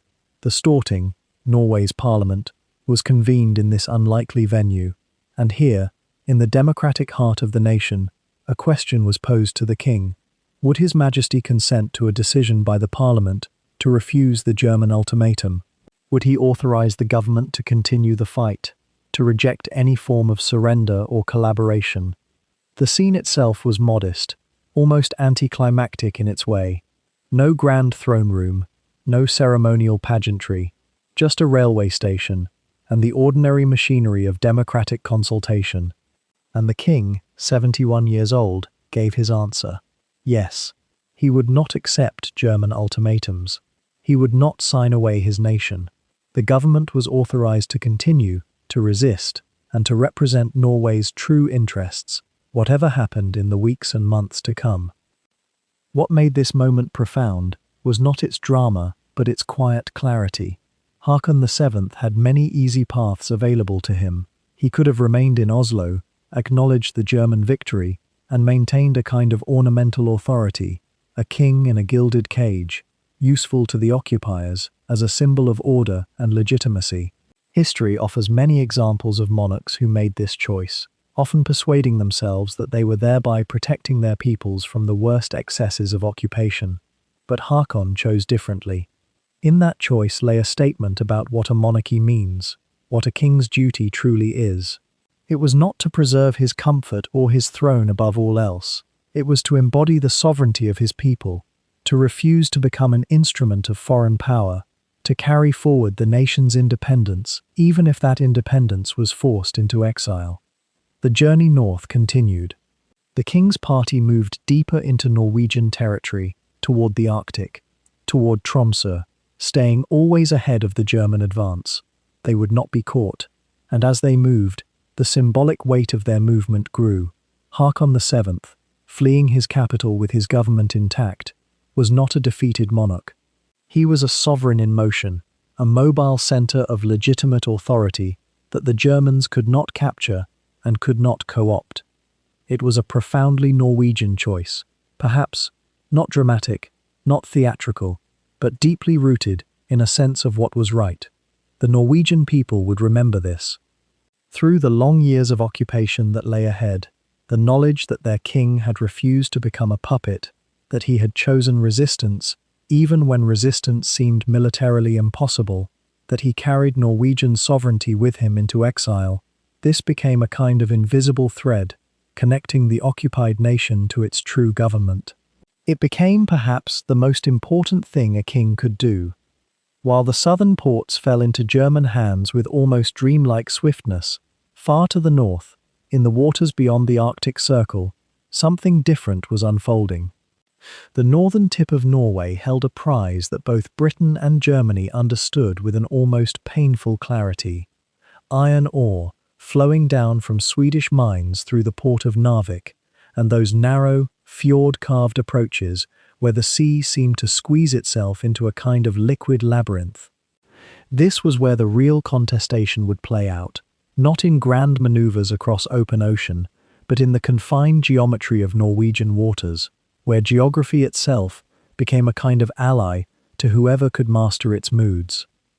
The German force assigned to Narvik was not large.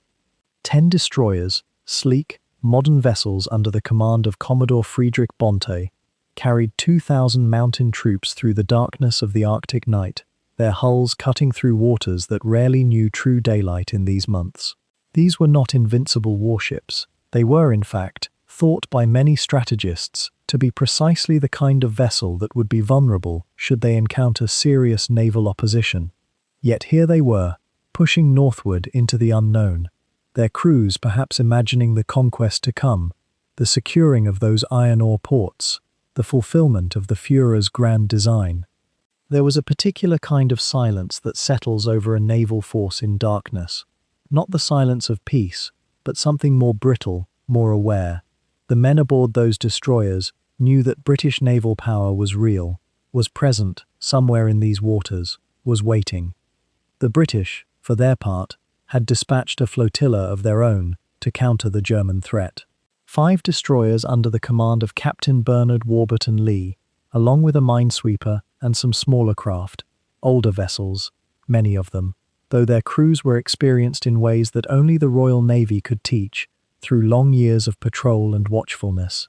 The British did not know with precision where the Germans were coming, but they knew direction, and they knew that Narvik was the prize that must not fall without a fight. What followed across the 8th and 10th of April was a sequence of naval engagements that would be remembered, not for their scale, but for their intensity, their almost claustrophobic drama, in waters where escape routes were measured in meters and minutes.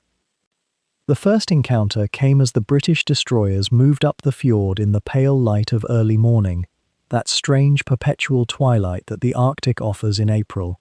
Can you imagine the moment when lookouts spotted the German ships? The sudden crystallization of all that uncertainty into the hard fact of enemy presence. The German destroyers were spread out, some already in the inner harbour, others still approaching, and for a brief, precious moment, the British had the advantage of positioning. Warburton Lee, a man of decisive temperament, ordered an immediate attack. What happened in the next hours was a sequence of engagements fought in waters so narrow that the ships could scarcely maneuver, where the mountains on either side seemed to lean down and watch, where every shell fired echoed back from stone and ice. The British destroyers pressed forward with a kind of desperate courage, their guns blazing in the Arctic light, and for a time they inflicted real damage on the German force. Ships were damaged, sailors died, the water grew red and then dark again as the cold reasserted itself. Yet the mathematics of that morning were ultimately unkind to the British. Outgunned in the later stages of the engagement, with German reinforcements arriving, Warburton Lee made the decision to withdraw. It was a tactical necessity, though it would haunt his memory. As his flotilla pulled back down the fjord, the German destroyers remained in control of Narvik's approaches, their grasp on the prize seemingly secure. Warburton Lee himself would not survive the war, but in those moments of April, he had achieved something that would echo through the history of the campaign. He had shown that German naval forces, even in their moment of apparent triumph, could be resisted, could bleed, could be made to pay a price for their audacity. 2 days later, the British returned, and this time they brought something that tilted the engagement in a direction that few had anticipated. A battleship, HMS Warspite, and 9 destroyers, fresh, determined, and moving with the weight of British naval tradition behind them. The Warspite was old, built in an earlier age of naval warfare, but she carried guns that could reach across distances that mattered, and her armour could absorb punishment that would cripple or sink lighter vessels. What occurred in the Second Battle of Narvik was almost like a reclamation of order, a reassertion of the principle that geography and courage, and the right weapons, employed with precision, could overturn a seeming fait accompli. The water in Narvik's harbour, so narrow and confined, became a stage for destruction and counter-destruction. The German destroyers, now trapped by the arrival of the British battleship, found themselves in a nightmare of their own making. Some tried to fight their way out, others were trapped, their captains calculating odds that had suddenly become impossible. The Warspite's guns spoke with a terrible finality. German destroyers sank one by one, their crews struggling in waters that were only a few degrees above freezing, where survival was counted not in hours but in minutes. 8 German destroyers were lost in that engagement, along with nearly 1,500 men. It was a stunning reversal, a moment when British naval power, properly deployed and concentrated, reasserted the natural order of things. Yet here is a question that might lull at the edge of consciousness, even as you absorb these facts.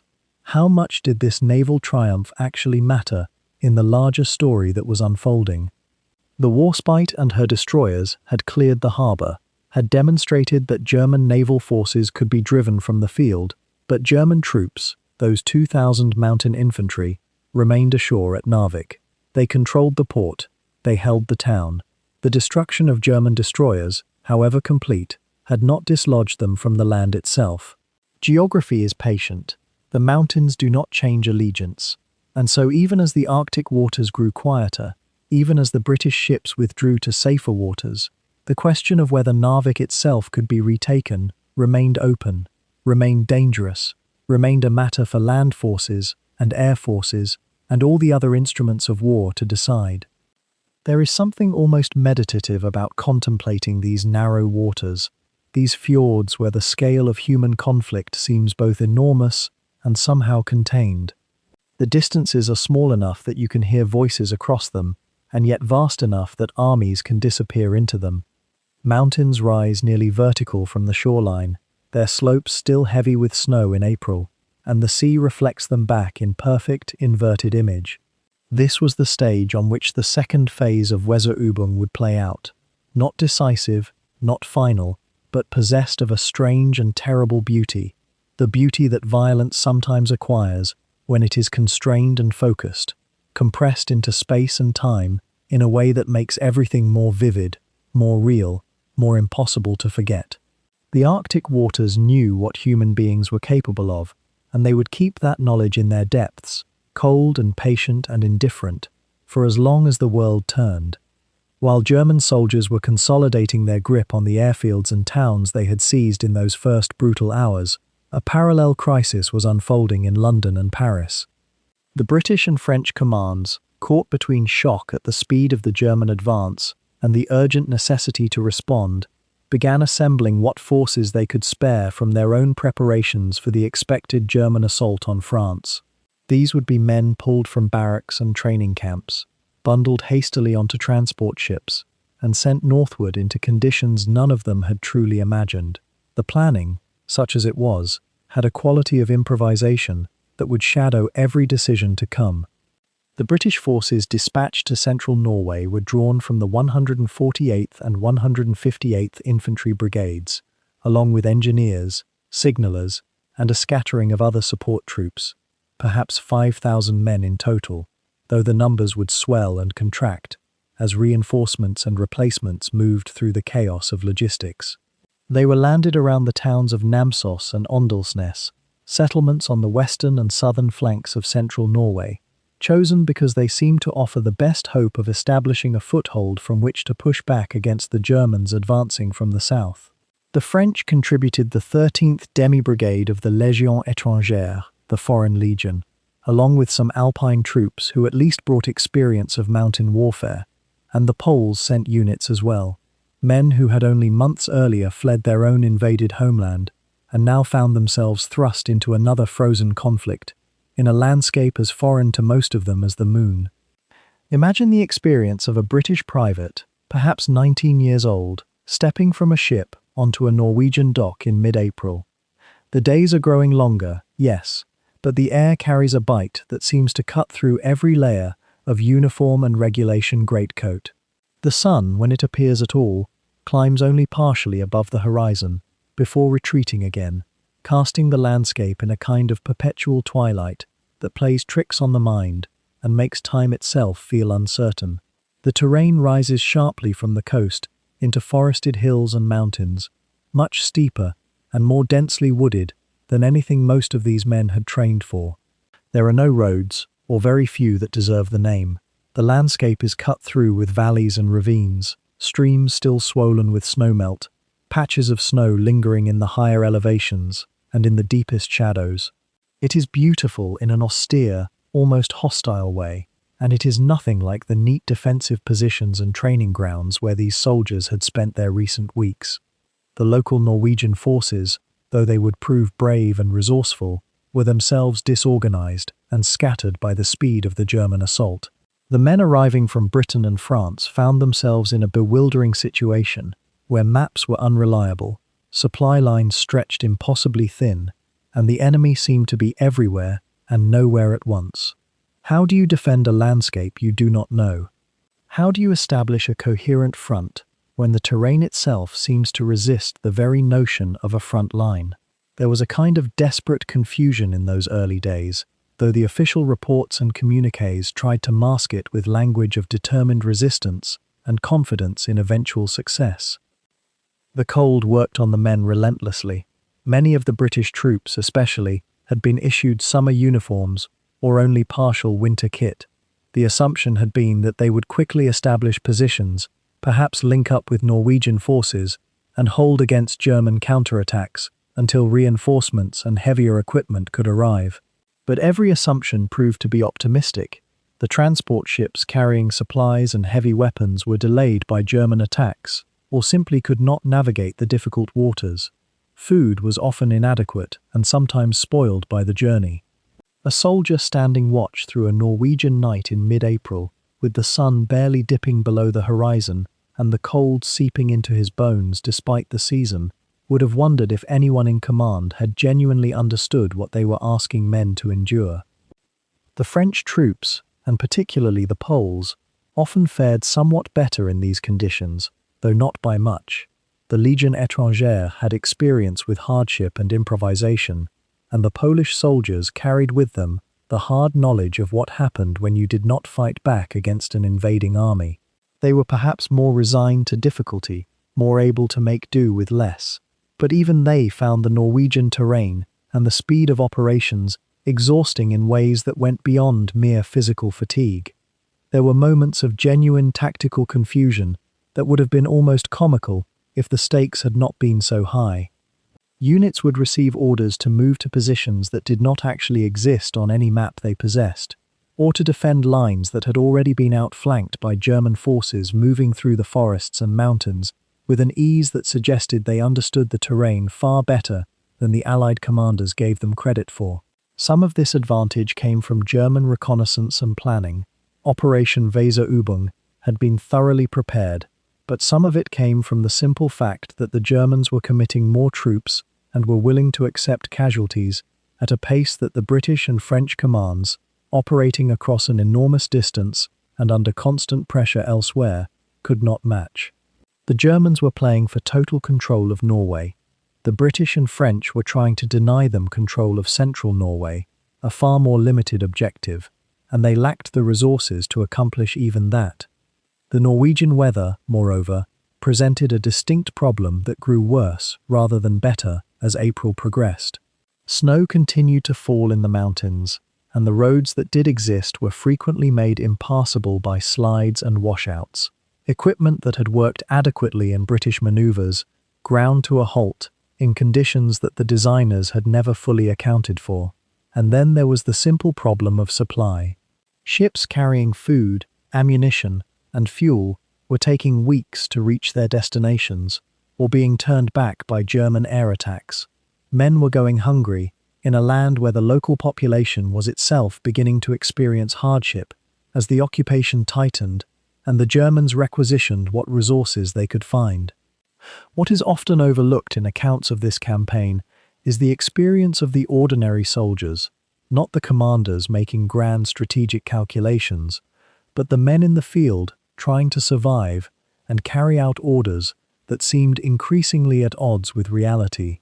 A rifleman digging a defensive position in frozen ground, shivering through a night that never quite became full darkness, knowing that German patrols might emerge from the forest at any moment, was engaged in a form of warfare that stripped away much of the romance and ceremony that surrounds military history.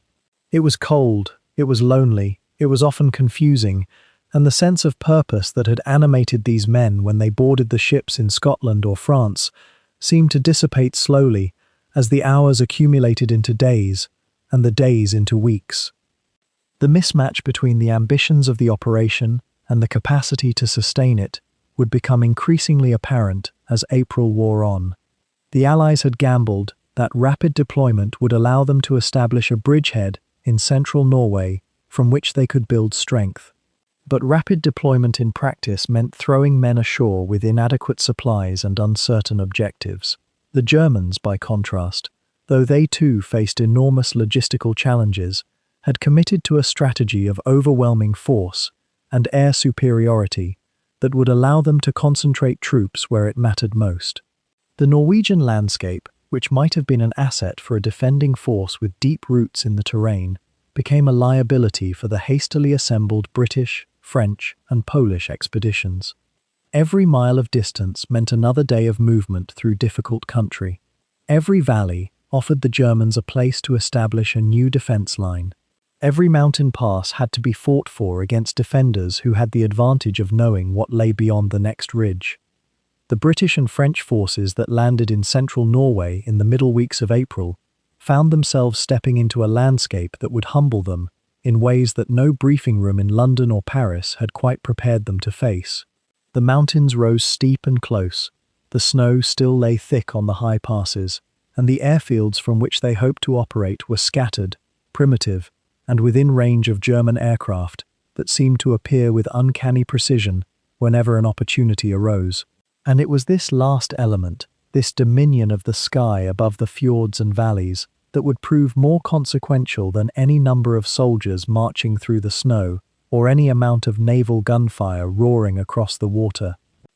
The Luftwaffe, you see, had come to Norway with a clarity of purpose and a concentration of force that the Allies were struggling to match. German fighters, twin-engine bombers, and reconnaissance aircraft were operating from bases that Germany now controlled in Denmark and from captured Norwegian airfields as the campaign widened.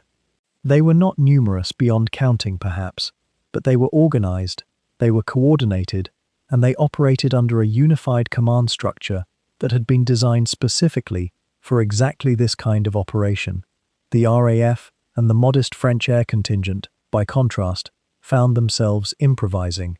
Their aircraft were fewer, their bases were makeshift, and the supply lines that might have sustained a prolonged air campaign had to be stretched across the North Sea, across waters where German U-boats and surface raiders prowled. Consider the quiet morning of April 17th, when British forces had begun to consolidate around the small port of Namsos, a fishing town on the western coast where the surrounding terrain offered some shelter and the possibility, as it seemed then, of establishing a foothold. The soldiers had disembarked and begun to organize themselves, to construct positions from which they might eventually move inland and link up with Norwegian forces to the north. It was a reasonable plan, executed with the professionalism you might expect of British troops. But what the planners had not fully accounted for, what the maps and the intelligence summaries had not quite captured, was the vulnerability of that port to the air. The Luftwaffe, which had been watching the landings with interest, came in waves. The bombers descended through the Norwegian sky, their engines beating the air like a dark pulse, and the small town erupted into chaos and smoke. Namsos had no meaningful air defense. There was no RAF squadron stationed nearby, no anti-aircraft artillery in sufficient numbers, no shelter that could withstand a determined bombing campaign. And so the town burned, and the supplies that the British had landed began to be consumed by fire, and the troops who had just stepped ashore found themselves digging trenches, not to advance, but to survive. The effect was not merely physical, though the physical destruction was real enough. It was psychological as well.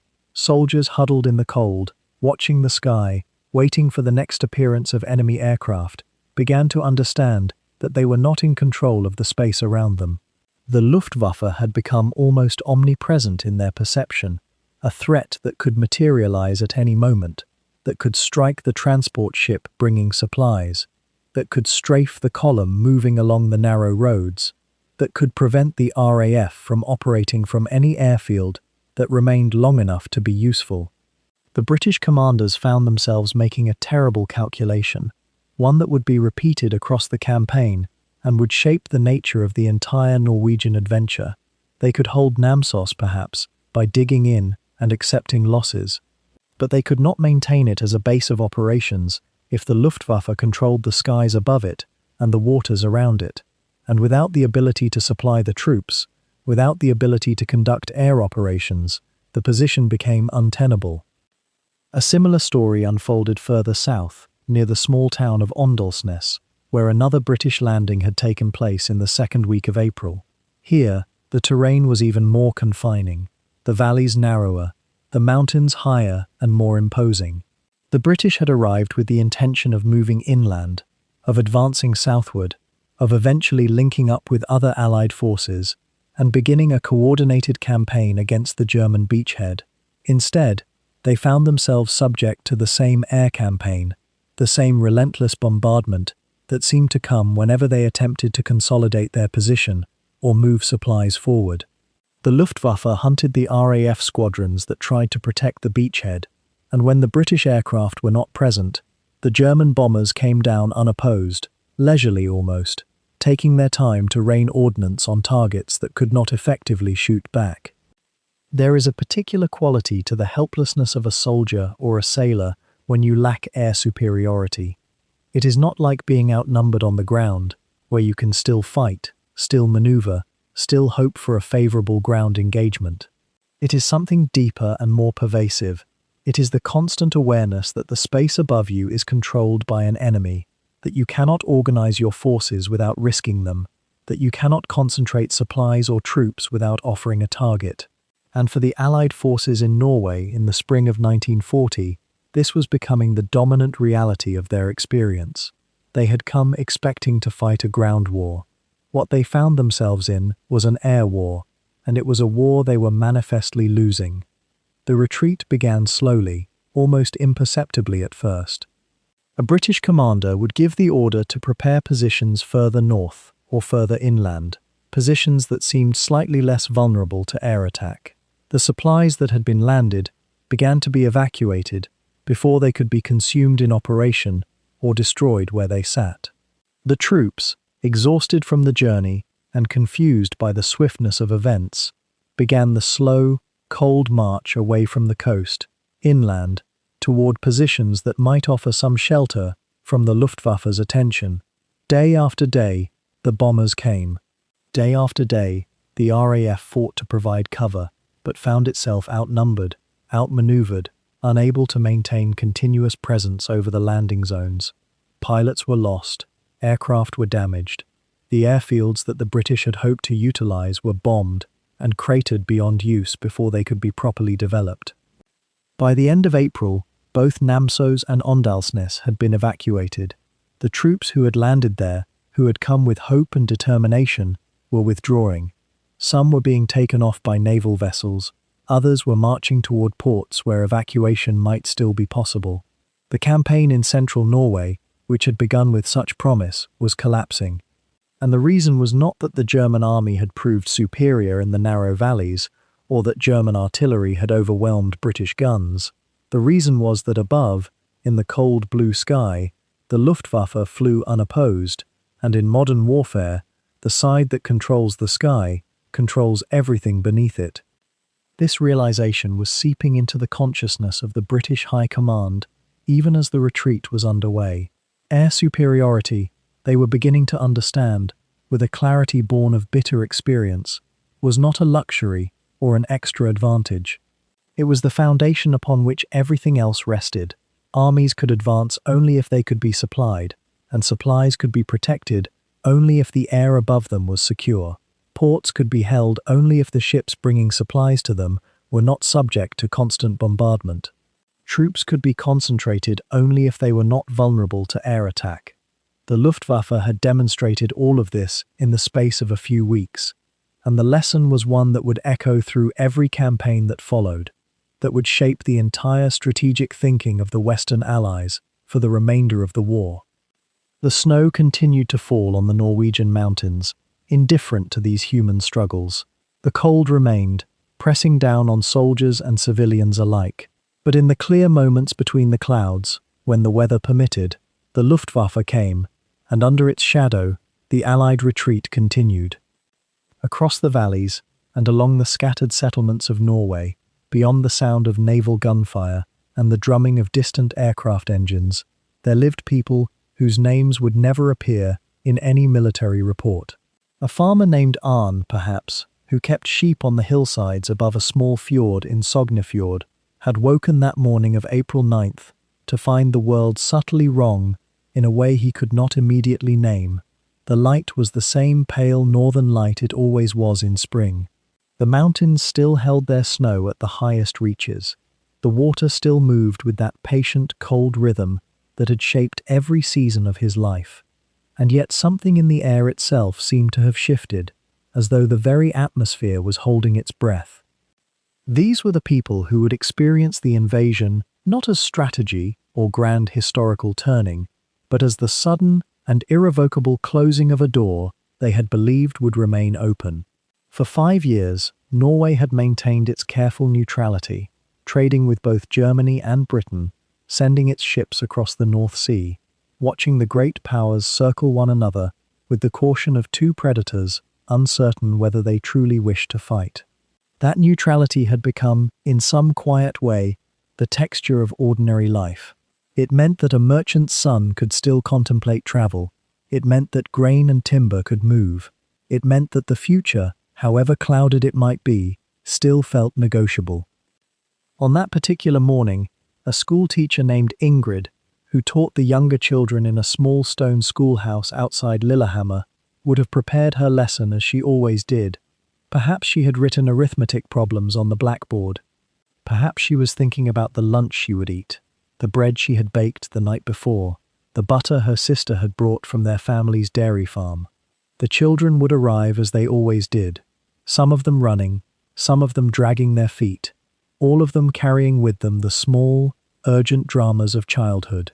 And then, at some point during the morning, someone would have mentioned that there were soldiers in the valley, not Norwegian soldiers preparing for some exercise, foreign soldiers, Germans. The question that many of these ordinary people must have asked themselves in those first hours and days was almost philosophical in its simplicity. What did it mean that the world they knew, the routines that had organized their days and their years, could be rewritten in a single morning? How quickly could the familiar become strange? Along the coast, in fishing villages where the boats were prepared each dawn and the nets were mended each evening, in a rhythm that had continued for generations, the fishermen would have felt this disruption with peculiar acuteness. These were men whose relationship with danger was intimate and long-standing. They knew the sea's moods. They understood the weight of weather. They had lost friends and colleagues to the water's indifference. But the sea, at least, operated according to principles that could be studied and respected.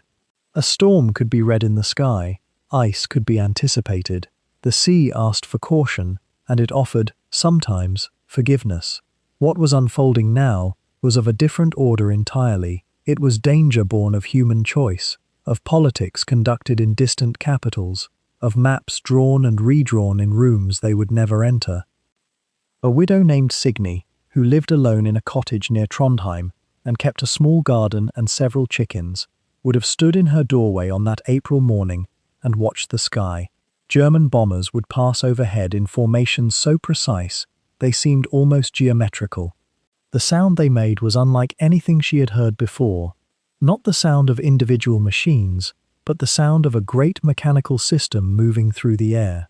Her chickens huddled near the corner of the cottage. She stood very still, as one does when one senses that the world is reorganizing itself according to new rules, and one has not yet learned what those rules are. What marked the experience of these civilians, across the days and weeks that followed, was a particular and exhausting form of powerlessness. They could not fight, they could not negotiate, they could not flee, or rather, they could not flee easily, because they had homes, and farms, and children, and elderly parents, and all of the accumulated weight of a lifetime in a particular place. They could only endure, they could only adapt, they could only try to understand, moment by moment, what was required of them in order to continue living in their own homes. For many, this meant navigating the strange new presence of German soldiers. Some of these soldiers were young men not so different from Norwegian boys, far from home and uncertain, themselves, about what they were meant to be doing in this cold, mountainous country. In small villages where German troops were garrisoned, there would have been a complex and unspoken dance of coexistence. A baker might sell bread to German soldiers, a farmer might provide milk. These transactions carried a subtle weight of moral ambiguity that ordinary people had to carry silently, day after day. When did necessity become collaboration? When did survival become complicity? These were questions that rarely had clean answers, and so they were rarely asked aloud. The rhythm of occupation, as it settled into the weeks and months following that April morning, developed its own strange normalcy. The shock of the invasion's first hours gave way to something more enduring, and, in some ways, more exhausting. The sun, in the Norwegian spring and early summer, barely set at all. This meant that night brought no darkness in which to rest, no quiet hours sealed off from the world's events. One was awake, always. One was aware, always. The light pressed down like a weight. A man named Olaf, who worked in a timber mill outside Bergen, would have discovered quickly that the war had altered the basic economics of his life. The Germans required timber. This meant work was plentiful, at least for now. The money came, though it was increasingly unclear what one might actually purchase with money in a country where supplies were controlled and rationed. He might have worked longer hours than before, not because he was forced to, initially, but because the work was there, and because work, in its familiar form, was something that still made sense. He could do it. He knew how to do it. It required no collaboration that was obvious. It simply required that he show up, as he always had, and perform the tasks he had been trained to perform. In the cities and towns, the visual landscape shifted gradually. German signage appeared. The flag that flew over public buildings changed. The uniforms one saw on the streets became increasingly familiar, which was perhaps the most disorienting aspect of all, that one's eyes gradually adapted to the presence of occupying forces, that the extraordinary began to seem merely normal, that the foreign became domestic simply through repetition and the passage of time. These civilians, the farmers and fishermen, and school teachers and shopkeepers and mothers and children and elderly people who had done nothing to precipitate this catastrophe, would have experienced the invasion and its aftermath not as a grand historical narrative, but as a series of small, incremental adjustments to the texture of daily life.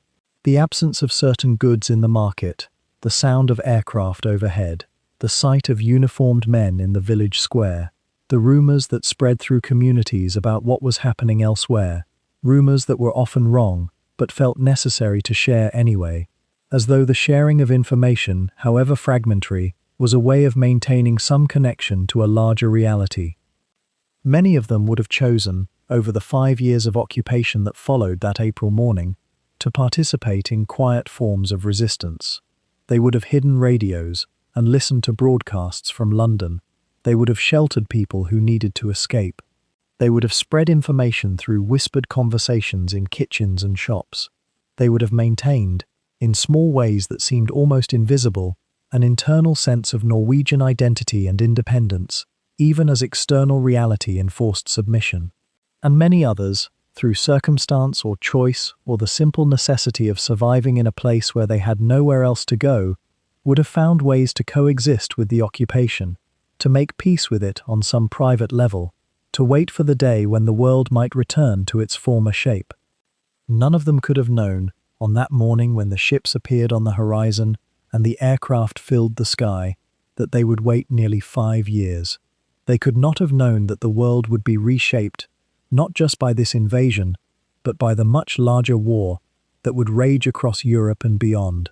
They could only have known what any ordinary person knows in such a moment, that something terrible and irreversible had begun, and that they would have to find a way to live through it. Far to the north, in the narrow waters where the Norwegian coast breaks into fractured valleys of ice and stone, Narvik remained in German hands but never at rest. The town itself, a small port built on iron ore wealth, its wooden houses and harbour facilities now occupied by Wehrmacht soldiers and sailors, became the focal point of a grinding, attritional struggle that would stretch through the spring of 1940 with an almost melancholic persistence, as if history itself moved slowly in that Arctic latitude where daylight never quite surrendered. The strategic prize, you might remember, was profound.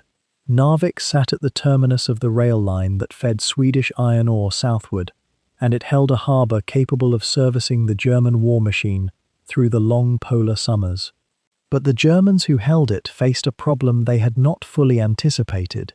The town was geographically isolated, reachable by sea only through waters increasingly contested by British naval forces, and surrounded by Norwegian terrain that, though sparsely populated, offered stubborn defensive possibilities to anyone willing to fight for them.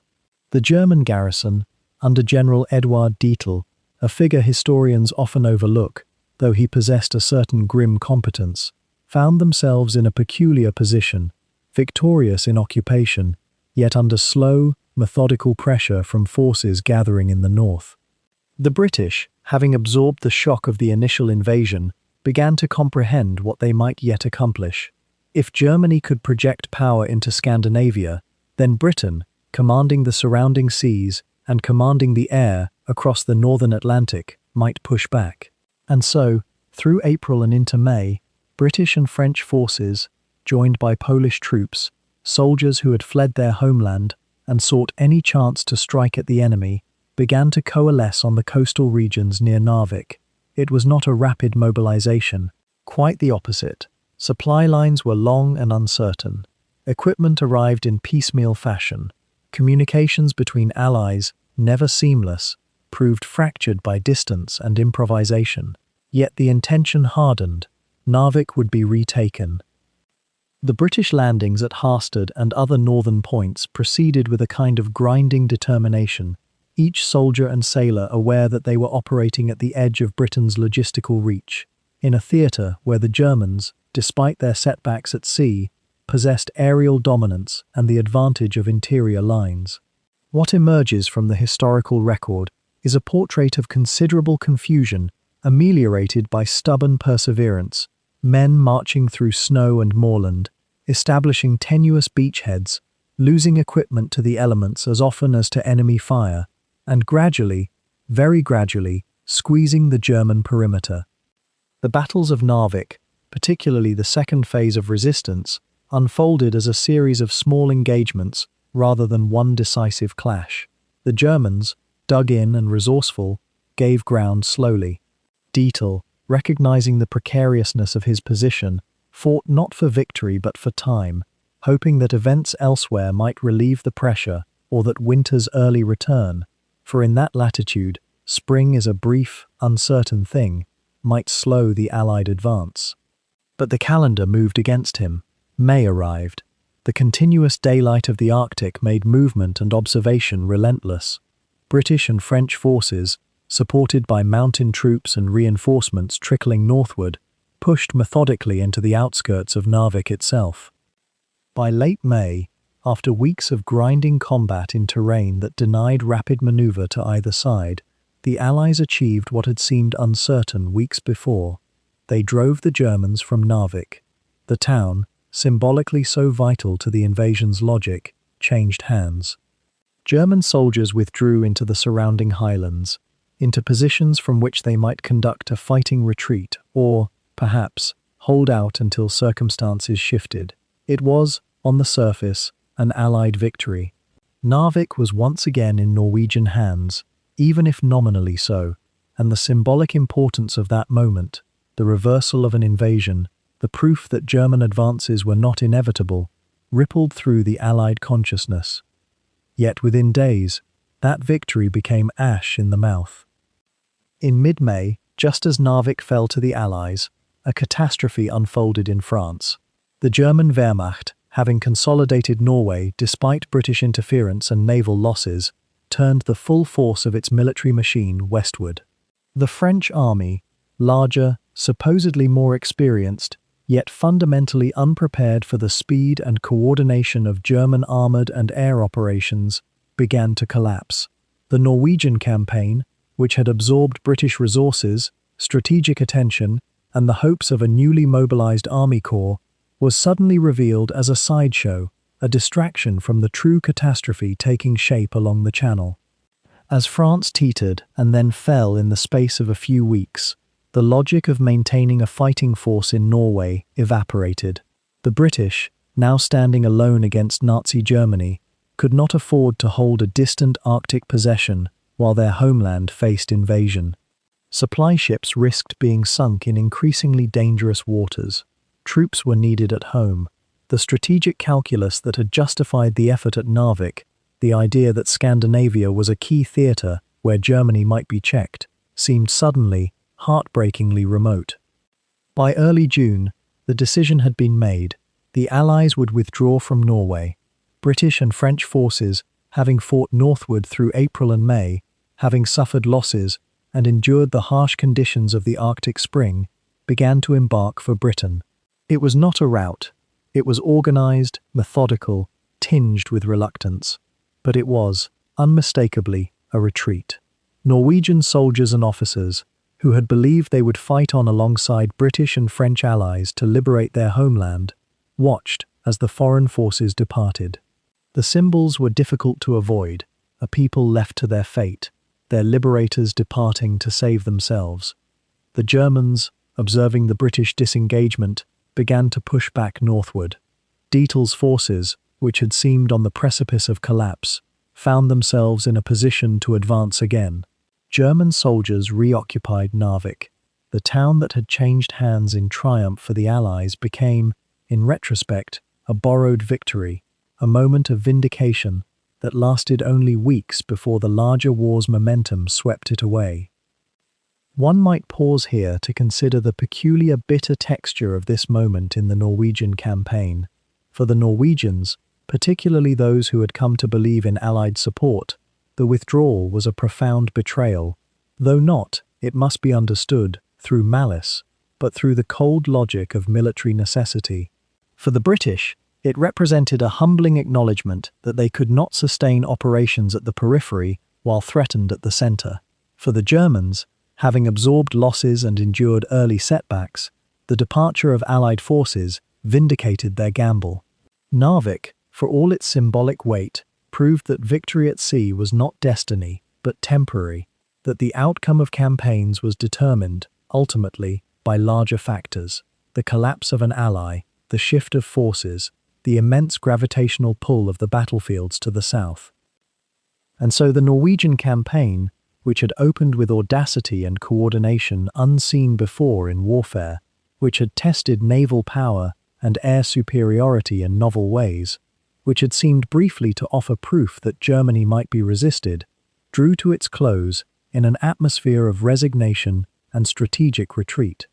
The prolonged resistance at Narvik, that hard-fought engagement of May, faded into historical footnote not because it was insignificant, but because the larger architecture of the war had shifted. France was falling, Britain stood alone, and an entire theatre of operations, so vital weeks before, suddenly became irrelevant to the immediate question of survival. The withdrawal itself was not swift, and in the minds of those who participated in it, sailors picking up exhausted soldiers from Norwegian piers, pilots flying combat air cover over dark waters, commanders making the decision to abandon positions that had been won at considerable cost, there settled a particular kind of melancholy. It was not the glamorous melancholy of heroic defeat. It was something quieter, more mundane, the recognition that effort and sacrifice, when contextualized by larger events, might amount to very little in the ledger of history. And perhaps that, too, is how war proceeds at times, not with fanfare, but with the slow, anticlimactic shift of circumstance that renders yesterday's victories meaningless by tomorrow's arithmetic. As the summer light stretched longer across the Norwegian landscape, the men who had fought so fiercely in the mountains and valleys began to understand a truth they had resisted for weeks. The war, for Norway, was nearly over. By early June, the German forces had consolidated their hold on most of the country. Narvik, that remote northern port, where British destroyers had clashed with German ships in waters so cold they seemed to belong to another world entirely, had finally fallen back into German hands in late May. The Norwegian forces there, exhausted and running low on supplies, had withdrawn into the mountains. The British, stretched thin across a continent, convulsing in crisis, could offer no further support. France was collapsing. The Channel ports were falling. There was no longer an Allied front to reinforce a distant Arctic struggle. On June 7, 1940, King Haakon VII made a decision that would echo through the decades to come. Rather than surrender to the occupying force, rather than lend his name and authority to a collaborationist government that would serve German interests, he boarded a British cruiser in the northern port of Tromsø.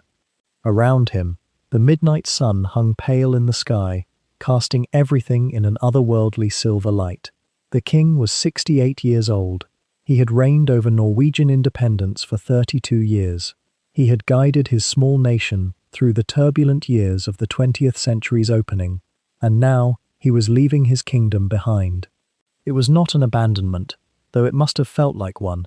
It was, instead, an act of preservation. By leaving, by maintaining his sovereignty in exile, King Haakon ensured that Norway would never be considered a legitimate conquest, never a true ally of Germany's regime. His government would continue in London, a symbolic and legal continuity that kept hope alive. The crossing to Britain was slow and cold. The king travelled aboard the ship Devonshire, moving through waters where German U-boats prowled, and the threat of discovery hung constant in the salt-stained air. When he arrived in London, he was received with ceremony befitting a reigning monarch of a fighting nation, not a defeated one. And in those early weeks of his exile, while German forces occupied his homeland, King Haakon became something far more powerful than a king in residence. He became a symbol of Norwegian resistance. His very presence in London, his refusal to legitimize the occupation, gave moral and political weight to every Norwegian who chose not to collaborate, who chose instead to resist. Back in Oslo, the German authorities installed a new government. Vidkun Quisling, the man whose visits to Berlin had helped plant the seeds of Weserübung, was offered a leading role, though not initially the supreme power he craved. A civilian administrator, Reichskommissar Josef Terboven, would hold ultimate authority, answering directly to Berlin. Norway was to be remade in the image of the Nazi state. Laws would be changed, society would be restructured. The Norwegian people would be, in theory, integrated into the racial and ideological framework of the Third Reich. And yet, from the very first moment of occupation, this theory met a quiet, persistent reality. The Norwegian people did not accept defeat easily, even if they accepted it militarily. What began almost immediately was a subtle, almost invisible form of resistance that would characterize the entire 5 years of occupation. It started small. Teachers refused to teach Nazi ideology in schools, even under threat. Clergy preached sermons that emphasized human dignity and moral law above state decree. Fishermen and sailors, watching their coast from small harbors, began to take note of German ship movements, passing information through secret channels. Workers in factories moved slowly, made mistakes, lost critical supplies. Families hid radios and listened to broadcasts from London, hearing King Haakon's voice, hearing news of the broader war that would eventually turn against Germany. The Germans, for their part, attempted to govern through a combination of control and coercion. They established a secret police apparatus, the Gestapo, which maintained headquarters in Oslo and spread its influence throughout the country.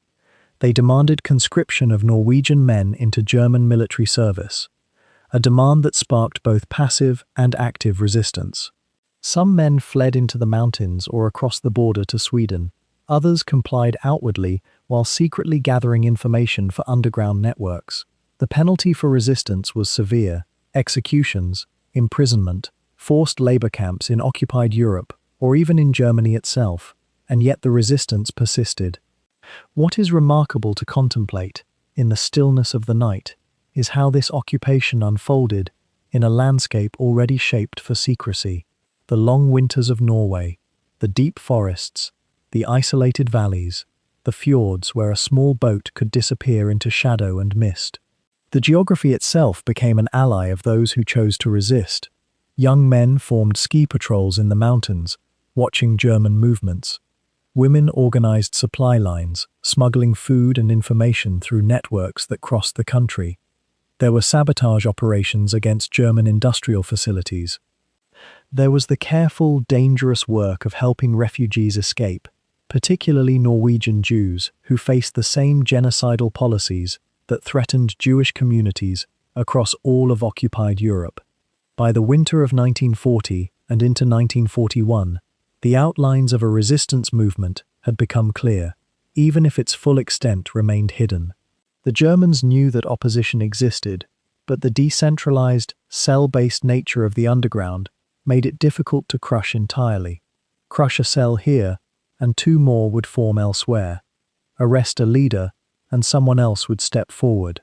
The occupiers responded with increasing harshness, but this only seemed to deepen the resolve of those who resisted. King Haakon, in his exile in London, became the focal point of Norwegian national identity. He worked with a government in exile, making decisions about Norwegian policy and the conduct of Norwegian forces who fought alongside the Allies. He was an old man, far from home, separated from the kingdom he had ruled. And yet his presence overseas, his absolute refusal to compromise with the occupation, meant that Norway's resistance had a legitimate authority to align itself with. This was not simply rebellion against conquest. This was loyalty to a lawful sovereign, to a constitutional monarchy that had chosen to fight on. The occupation would last for 5 long years, 5 years of winter and summer, of German soldiers moving through Oslo's streets, of a population learning to live with unfreedom while secretly preparing for liberation. 5 years of small resistances and grand operations alike.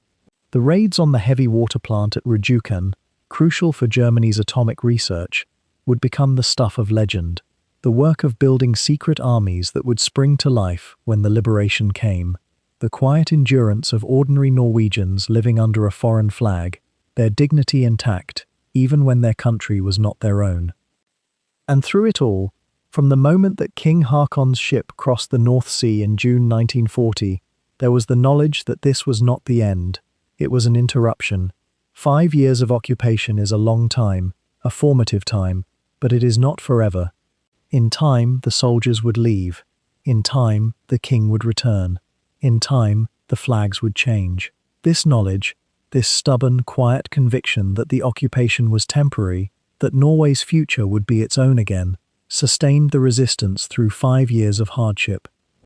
Consider the fisherman in a coastal village, maintaining his daily routines under German eyes, but marking the movements of ships with careful attention. Consider the teacher in a small school, educating Norwegian children in Norwegian ways, despite the state's demands for ideological conformity. Consider the young man in the mountains, watching and waiting, knowing that eventually the armies would return. They were not fighting with weapons in those early years of occupation. They were fighting with memory, with identity, with the stubborn refusal to become what the occupiers insisted they must become. As the world grew darker in the years that followed, as Germany's ambitions grew ever wider and its grasp ever tighter, Norway remained occupied but undefeated. The king remained in exile but unbowed.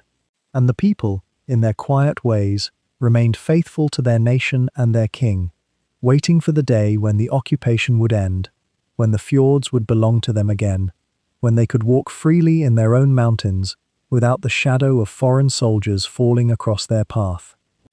Yet beneath the tactical victory that seemed so complete on the maps in Berlin's war rooms lay a quieter, more troubling arithmetic. The waters of the North Sea and the Norwegian fjords had become, in those 9 weeks of campaign, a graveyard that neither side had fully anticipated. The Germans had gambled everything on speed and surprise, and they had won both. But the price written in salt water and lost men spoke of something the generals had not quite accounted for. Consider for a moment the fate of those sailors who never made it home, the cruiser Blucher as it sank into the cold depths of the Drobak Narrows, took with it not merely a vessel of steel and valves and turning screws, but over 600 men. Young sailors, many of them conscripts who had joined the German Navy believing they would serve in distant waters, found themselves instead trapped in twisted metal compartments as the ship rolled and the Arctic Sea rushed in through broken hulls. Their names, recorded in careful ledgers in Berlin, represented a loss that no amount of territorial gain could quite erase. And they were not alone. Across the campaign, German naval vessels went down, destroyers raked by British gunfire in the narrow waters off Narvik, transport ships caught between Allied aircraft and coastal guns, supply vessels that never delivered their cargo because they lay at the bottom of the fjords instead. By the time the fighting subsided in June, Germany had lost or severely damaged more than half of its destroyer force. Entire crews, entire bloodlines in small coastal towns would never return. The British, too, had paid a price, though perhaps one that felt more abstract when measured from London. British destroyers had fought gallantly in waters where they were never meant to be, and they had sunk German ships, yes, but in doing so, they had lost vessels of their own, not in the great, spectacular ways that made for grand commemorations, but in the grinding attrition of war.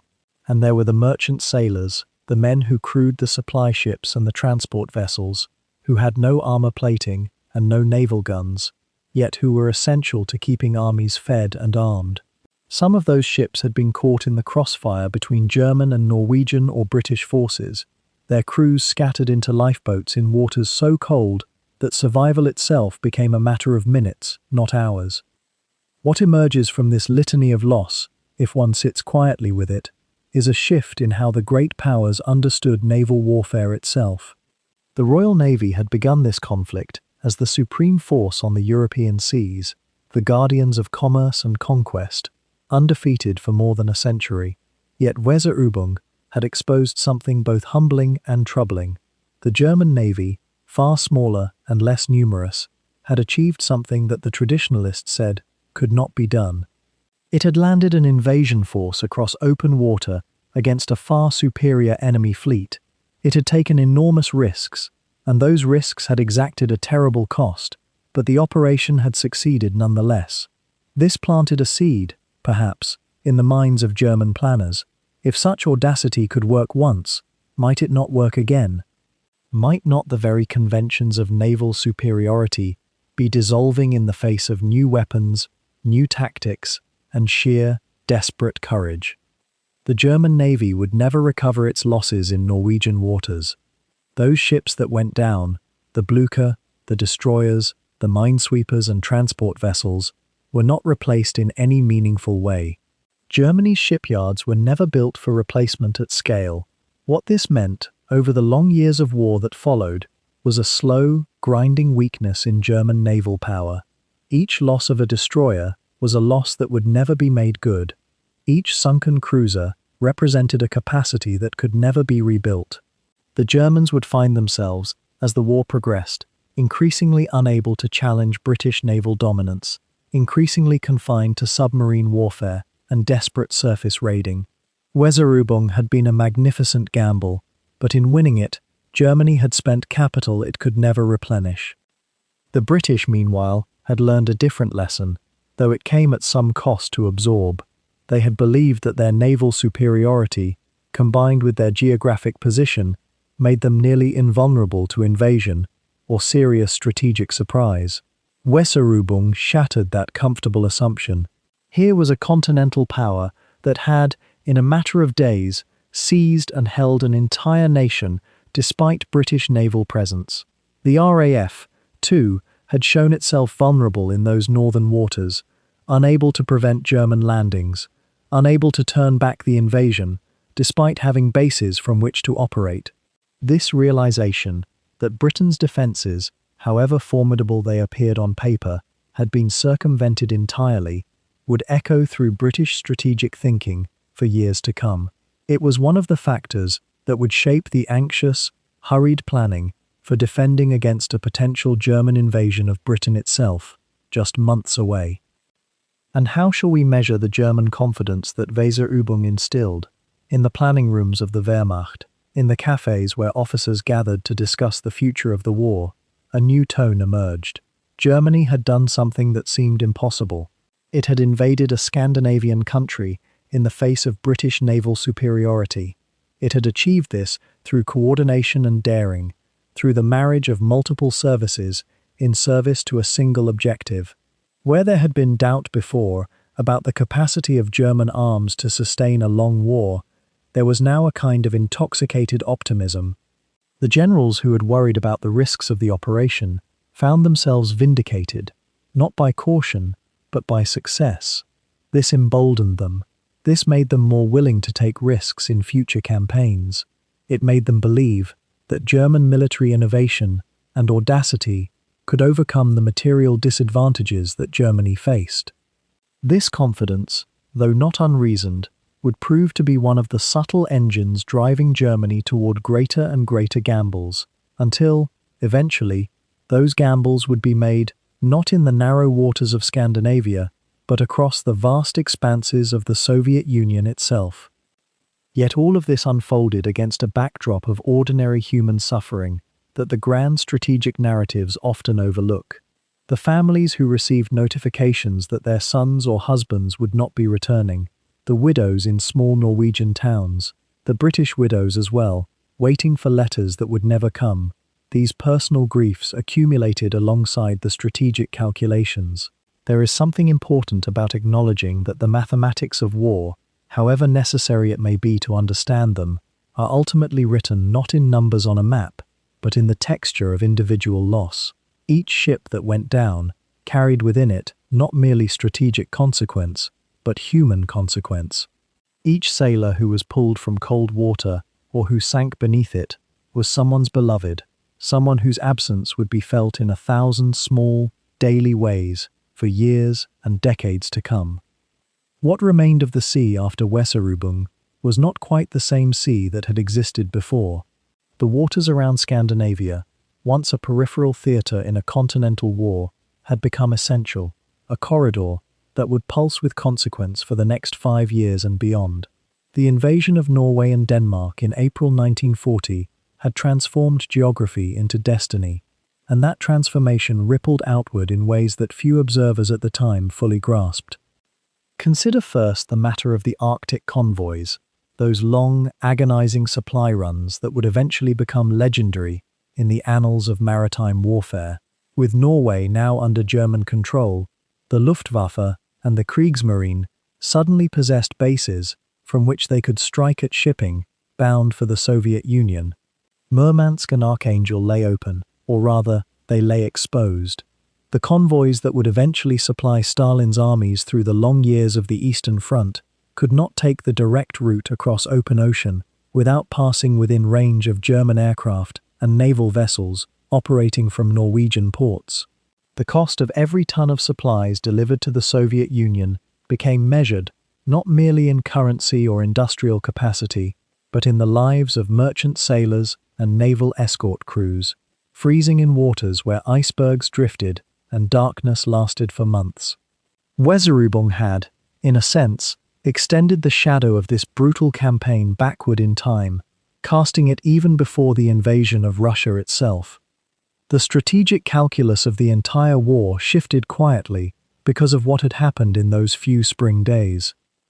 Germany now possessed what it had lacked before: a secure northern flank, iron ore access without the vulnerability of Swedish middlemen, and forward bases for operations that would, within months, begin to threaten convoys and merchant traffic in waters where Britain had once assumed dominance.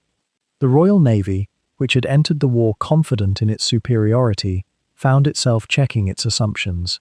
The loss of the Blucher, the sinking of British destroyers at Narvik, the constant harassment from the Luftwaffe, these were not decisive defeats, and yet they whispered a troubling message. Naval power, it seemed, could be challenged by a disciplined combination of air and coordinated seaborne assault.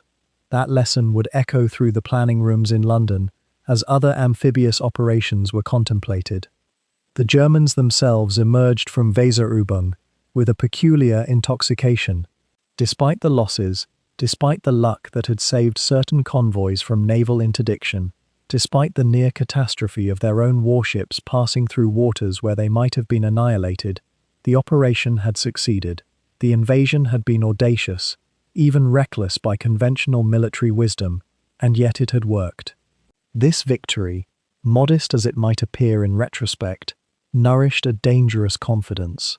The Wehrmacht began to believe that bold, integrated operations, where the Luftwaffe provided cover, the Navy conveyed the troops, and the Army secured the objectives, could overcome material disadvantages and strategic surprise. That assumption would eventually lead to more ambitious ventures, to operations that would not end in the swift occupation of lightly defended territories, but in bitter, prolonged struggles, where the audacity that had worked in Norway would meet its limits. The shadow lengthened across Scandinavia itself, in ways both immediate and long-enduring. For Norway, the occupation that began in April 1940 would stretch across 5 years, and those years would carve themselves into the national consciousness with an intensity that time has never quite worn smooth. The country that had tried to remain neutral, that had hoped to stand apart from the continent's convulsion, found itself transformed into a battlefield and then a garrison. Resistance networks formed in the mountains and forests. Saboteurs disrupted German operations. The Norwegian government, having fled to London with King Haakon VII, maintained a symbolic and actual continuity of resistance. This was not the experience of conquest followed by collaboration that some other nations would know. Instead, Norway's occupation became defined by refusal, by the maintenance of national identity against assimilation. The Germans attempted to Nazify Norwegian society, to fold it into the greater Germanic order, and this very attempt hardened Norwegian resistance and created a deep, abiding memory of what it meant to be occupied by an ideology that sought to erase your particularity. Denmark's experience differed markedly, and this difference too would echo through the post-war years.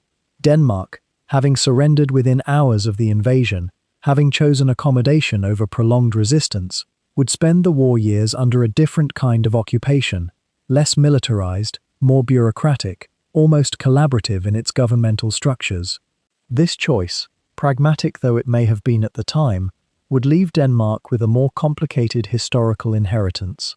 The occupation would eventually include the deportation of Denmark's Jewish population, and the question of how collaboration and preservation intersect would shadow Danish identity long after 1945. Sweden, having remained neutral and even trading with Germany throughout the war, would face its own reckoning when the war ended, its neutrality questioned, its complicity debated in ways that modern scholarship continues to unpack. The invasion also set the stage for one of the war's most significant strategic debates, the question of whether the Allies should mount a northern invasion of Europe to relieve pressure on the Soviet Union. Throughout 1942 and 1943, there were discussions of striking into Norway, of establishing a second front in the Arctic regions. These discussions never quite cohered into action. The terrain was brutal, the German garrisons were well established, and eventually, the decision was made to strike across the Channel into France instead. But the possibility had hung in the air, a phantom operation shaped by the reality that Weserübung had created. If Germany could seize Norway, why could the Allies not liberate it? The answer, when it came, lay partly in the lessons of 1940 itself, the difficulty of amphibious operations, the power of air superiority, the way a disciplined enemy could inflict disproportionate cost on invaders. Weserübung had been a school, and the Allies were among its pupils. Consider too the matter of Arctic warfare itself, which Weserübung brought into focus as a modern military concern. Before 1940, the Arctic had been peripheral to strategic thinking, a place of exploration and resource extraction, but not of military significance. The invasion of Norway changed that. The Arctic became a theatre of naval rivalry, of air patrols in darkness and cold, of convoys threading through ice and fog. This opened a new dimension of warfare that had not existed before, or at least had not been as centrally important. The lessons learned in these waters, about ship design, about aircraft performance in extreme conditions, about the logistics of maintaining military operations in environments where supplies and replacements were desperately difficult, these became part of the accumulated knowledge of modern warfare. The memory of Weserübung also shaped how Scandinavia understood its place in the post-war world. The nations that had been invaded and occupied, and the nation that had maintained neutrality, emerged from the war, with different relationships to the emerging Cold War architecture. Norway and Denmark would eventually join NATO, committing themselves to alliance with the Western powers that had failed to defend them in 1940. Sweden would remain non-aligned, but substantially oriented toward the West. This arrangement, this division of Nordic space between alliance and neutrality, had its roots in the spring of 1940, in the memory of how vulnerable these northern regions had proven to be, how quickly a powerful neighbor could seize strategic territory. The Cold War, in a sense, was fought partly in the shadow cast by Weserübung, in the strategic concerns it had illuminated, in the vulnerabilities it had exposed. When one looks at modern Scandinavia, at the way these nations position themselves in European security architecture, at the caution they maintain toward Russia even today, there is always present the historical memory of what happened when Germany moved north. The operation lasted mere weeks in its active phase, but its consequences unfolded across decades. The fjords and mountains of Norway became, after 1940, always strategic in a way they had not been before. They would never again be simply peripheral to European power politics. They had become, through the audacity of one operation, essential to understanding how wars are fought, how invasions are mounted, and how nations preserve their identity in the face of occupation. This widening of consequence, this expansion of Weserübung's shadow across time and space, is perhaps the most underappreciated aspect of the invasion. The operation itself was a military achievement of note, a bold strike that succeeded where it might easily have failed. But its true significance lay not in the spring of 1940 alone, but in the years that followed, in how it shaped naval strategy, in how it influenced the evolution of amphibious warfare, in how it carved itself into the consciousness of nations, and in how it determined, in many crucial ways, what the post-war world would look like. The Arctic convoys, the long occupation, the choices made about alliance and neutrality, the memory kept alive in monuments and museums, and in the hearts of those who lived through those years, all of these flow backward from that April invasion, as if the entire river of consequence had its source in those coordinated German strikes. If you were to stand on the Drobak Narrows today, where the Blucher went down in a spray of fire and ice 84 years ago, you would hear only the soft lap of water against stone. The fjord breathes with the same rhythm it always has, salt air moving between the high cliffs, seabirds calling in the morning light, the gentle creak of pine trees on the surrounding hills. The waters themselves carry no memory in the way humans understand memory. Yet beneath that surface, if one were to dive deep enough into the cold darkness, the wreckage still rests, a silent archive of a morning that changed everything and nothing all at once. The monuments scattered across Norway and Denmark stand now in that curious way that monuments do, weathered and quiet, neither demanding nor insisting upon attention. A stone marker here, a bronze plaque there, a small museum in a converted schoolhouse where photographs in black and white show faces both young and frightened, German soldiers, Norwegian defenders, and civilians caught somewhere between. The specificity of those individual faces, the particular curve of a mouth or angle of a shoulder, reminds us that the grand historical narrative of Operation Weserübung was composed of countless small human moments, each one discrete and irretrievable, gone into the depths of time, the way those sailors went into the depths of the fjord. In the small fishing villages that line the Norwegian coast, families continue their work much as they did before April 1940, though the methods have changed, softened by the passage of decades and the arrival of modern technology. The fishermen cast their nets in waters that once churned with warships and landing craft. The rhythm of the seasons, the Arctic light in summer, the darkness in winter, returns faithfully each year, indifferent to the conflicts that once scarred the landscape. And perhaps this is one of the great paradoxes of history, that the world continues its ancient patterns even as men interrupt them with violence, even as empires rise and calculations fail, and naval fleets founder in icy straits. Consider the farmhouses that dot the Norwegian valleys, many of them still standing, their red paint weathered to deeper shades, their windows catching whatever light the northern sky allows. During the occupation, some of these homes sheltered resistance fighters, others housed German officers. Some families fed both, walking a careful line between survival and conscience, between the practical needs of feeding children and the quieter demands of human dignity. The walls of those houses could tell stories, if walls could speak, but they remain silent now, their wood aging year by year, absorbing weather and time. The question arises, perhaps, of what victory meant in this campaign.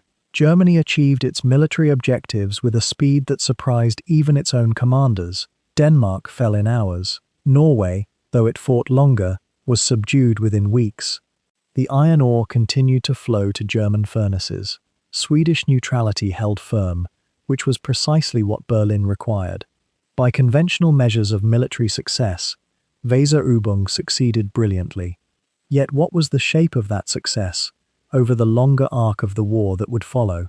The ships lost in the Norwegian campaign, the cruisers and destroyers that went to the bottom, were losses that Germany's navy could never fully replace. The Kriegsmarine emerged from those waters diminished, its confidence somewhat shaken, less willing to take risks in future operations. Britain, watching those events unfold, learned lessons about amphibious assault and naval vulnerability. The campaign that looked like German triumph in April 1940 cast long shadows backward and forward through history.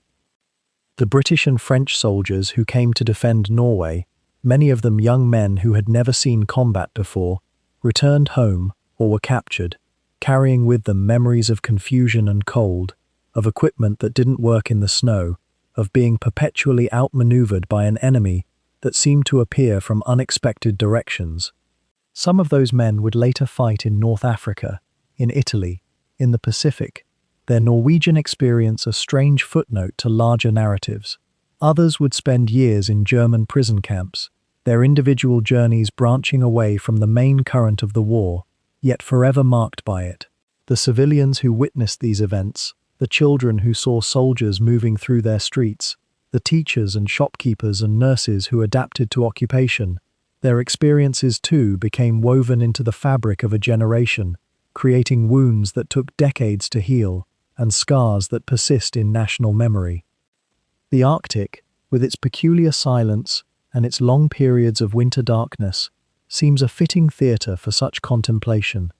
The light there behaves differently than it does elsewhere, the sun barely clearing the horizon in winter, or hanging in the sky for weeks without setting in summer. Time itself seems to move differently in such latitudes, as if the normal rules of temporal progression are softened by the quality of light and the vast emptiness. It is no accident that so many of the crucial moments in this campaign, the sinking of ships, the confusion of landings, the meetings between commanders making impossible decisions, occurred in these northern waters and fjords, where the scale of human action seems simultaneously enlarged and diminished. If you were to walk through Oslo today, or through the smaller towns of Lillehammer, Åndalsnes, Trondheim, you would see few obvious traces of war. The city rebuilt itself, as cities do, with remarkable resilience and pragmatism. The scars healed over, new buildings rose where old ones had been damaged. Young people grew up knowing the occupation only through history lessons and family stories, through the careful preservation of memory in museums and memorials. And yet something remained, doesn't it, in the way a nation remembers itself, in the stories that parents tell their children, in the quiet pride of having resisted, even when resistance seemed futile. The German soldiers who came ashore in April 1940 were not, most of them, monsters or fanatics. They were conscripts and career officers, men following orders in what they believed was their national interest. fighting in terrain that was hostile and confusing, dying in waters so cold that survival was measured in minutes. Some of them wrote letters home, fragments of which survive, expressing homesickness, bewilderment, the ordinary complaints and observations of young men far from everything familiar. By the end of the occupation, 5 years later, some of those same men would be dead. Others would have grown older and harder, their youthful uncertainties worn away by experience. The Norwegian soldiers defending their country were defending their homes, their families, their way of life, a clarity of purpose that lent them a particular kind of courage, even when the outcome seemed inevitable. The night comes early in the north, both literally in the winter months and metaphorically in the way darkness falls across history, obscuring detail, swallowing specificity into larger patterns. The Operation Weserübung, that began in the pre-dawn darkness of April 9, 1940, was itself a kind of darkness descending, the darkness of occupation, of collaboration and resistance, of ordinary people making impossible choices under extraordinary pressure. And yet, like the darkness of the winter fjords, it too gave way eventually to light, to the slow return of independence, to the rebuilding of what had been shattered. The monuments standing now in the quiet towns seem to acknowledge something that pure military history sometimes misses, that beneath every campaign, every invasion, every night of bombardment and day of fighting, there existed individual lives with their own trajectories, their own small victories and defeats. The schoolteacher who sheltered a resistance fighter, the German soldier who showed unexpected kindness to a civilian, the widow who waited through 5 years of occupation for a husband who would not return, the young man who chose to join the fight knowing the odds were against him. These moments, accumulated across thousands of individual stories, constitute a different kind of history than the one written in battle reports and strategic analyses. If you listen carefully on the Norwegian coast, in the moments just before sleep takes you completely, you might imagine you hear the sound of those old ships moving through the darkness, the hum of their engines carrying across the water, the quiet footsteps of soldiers making their way ashore.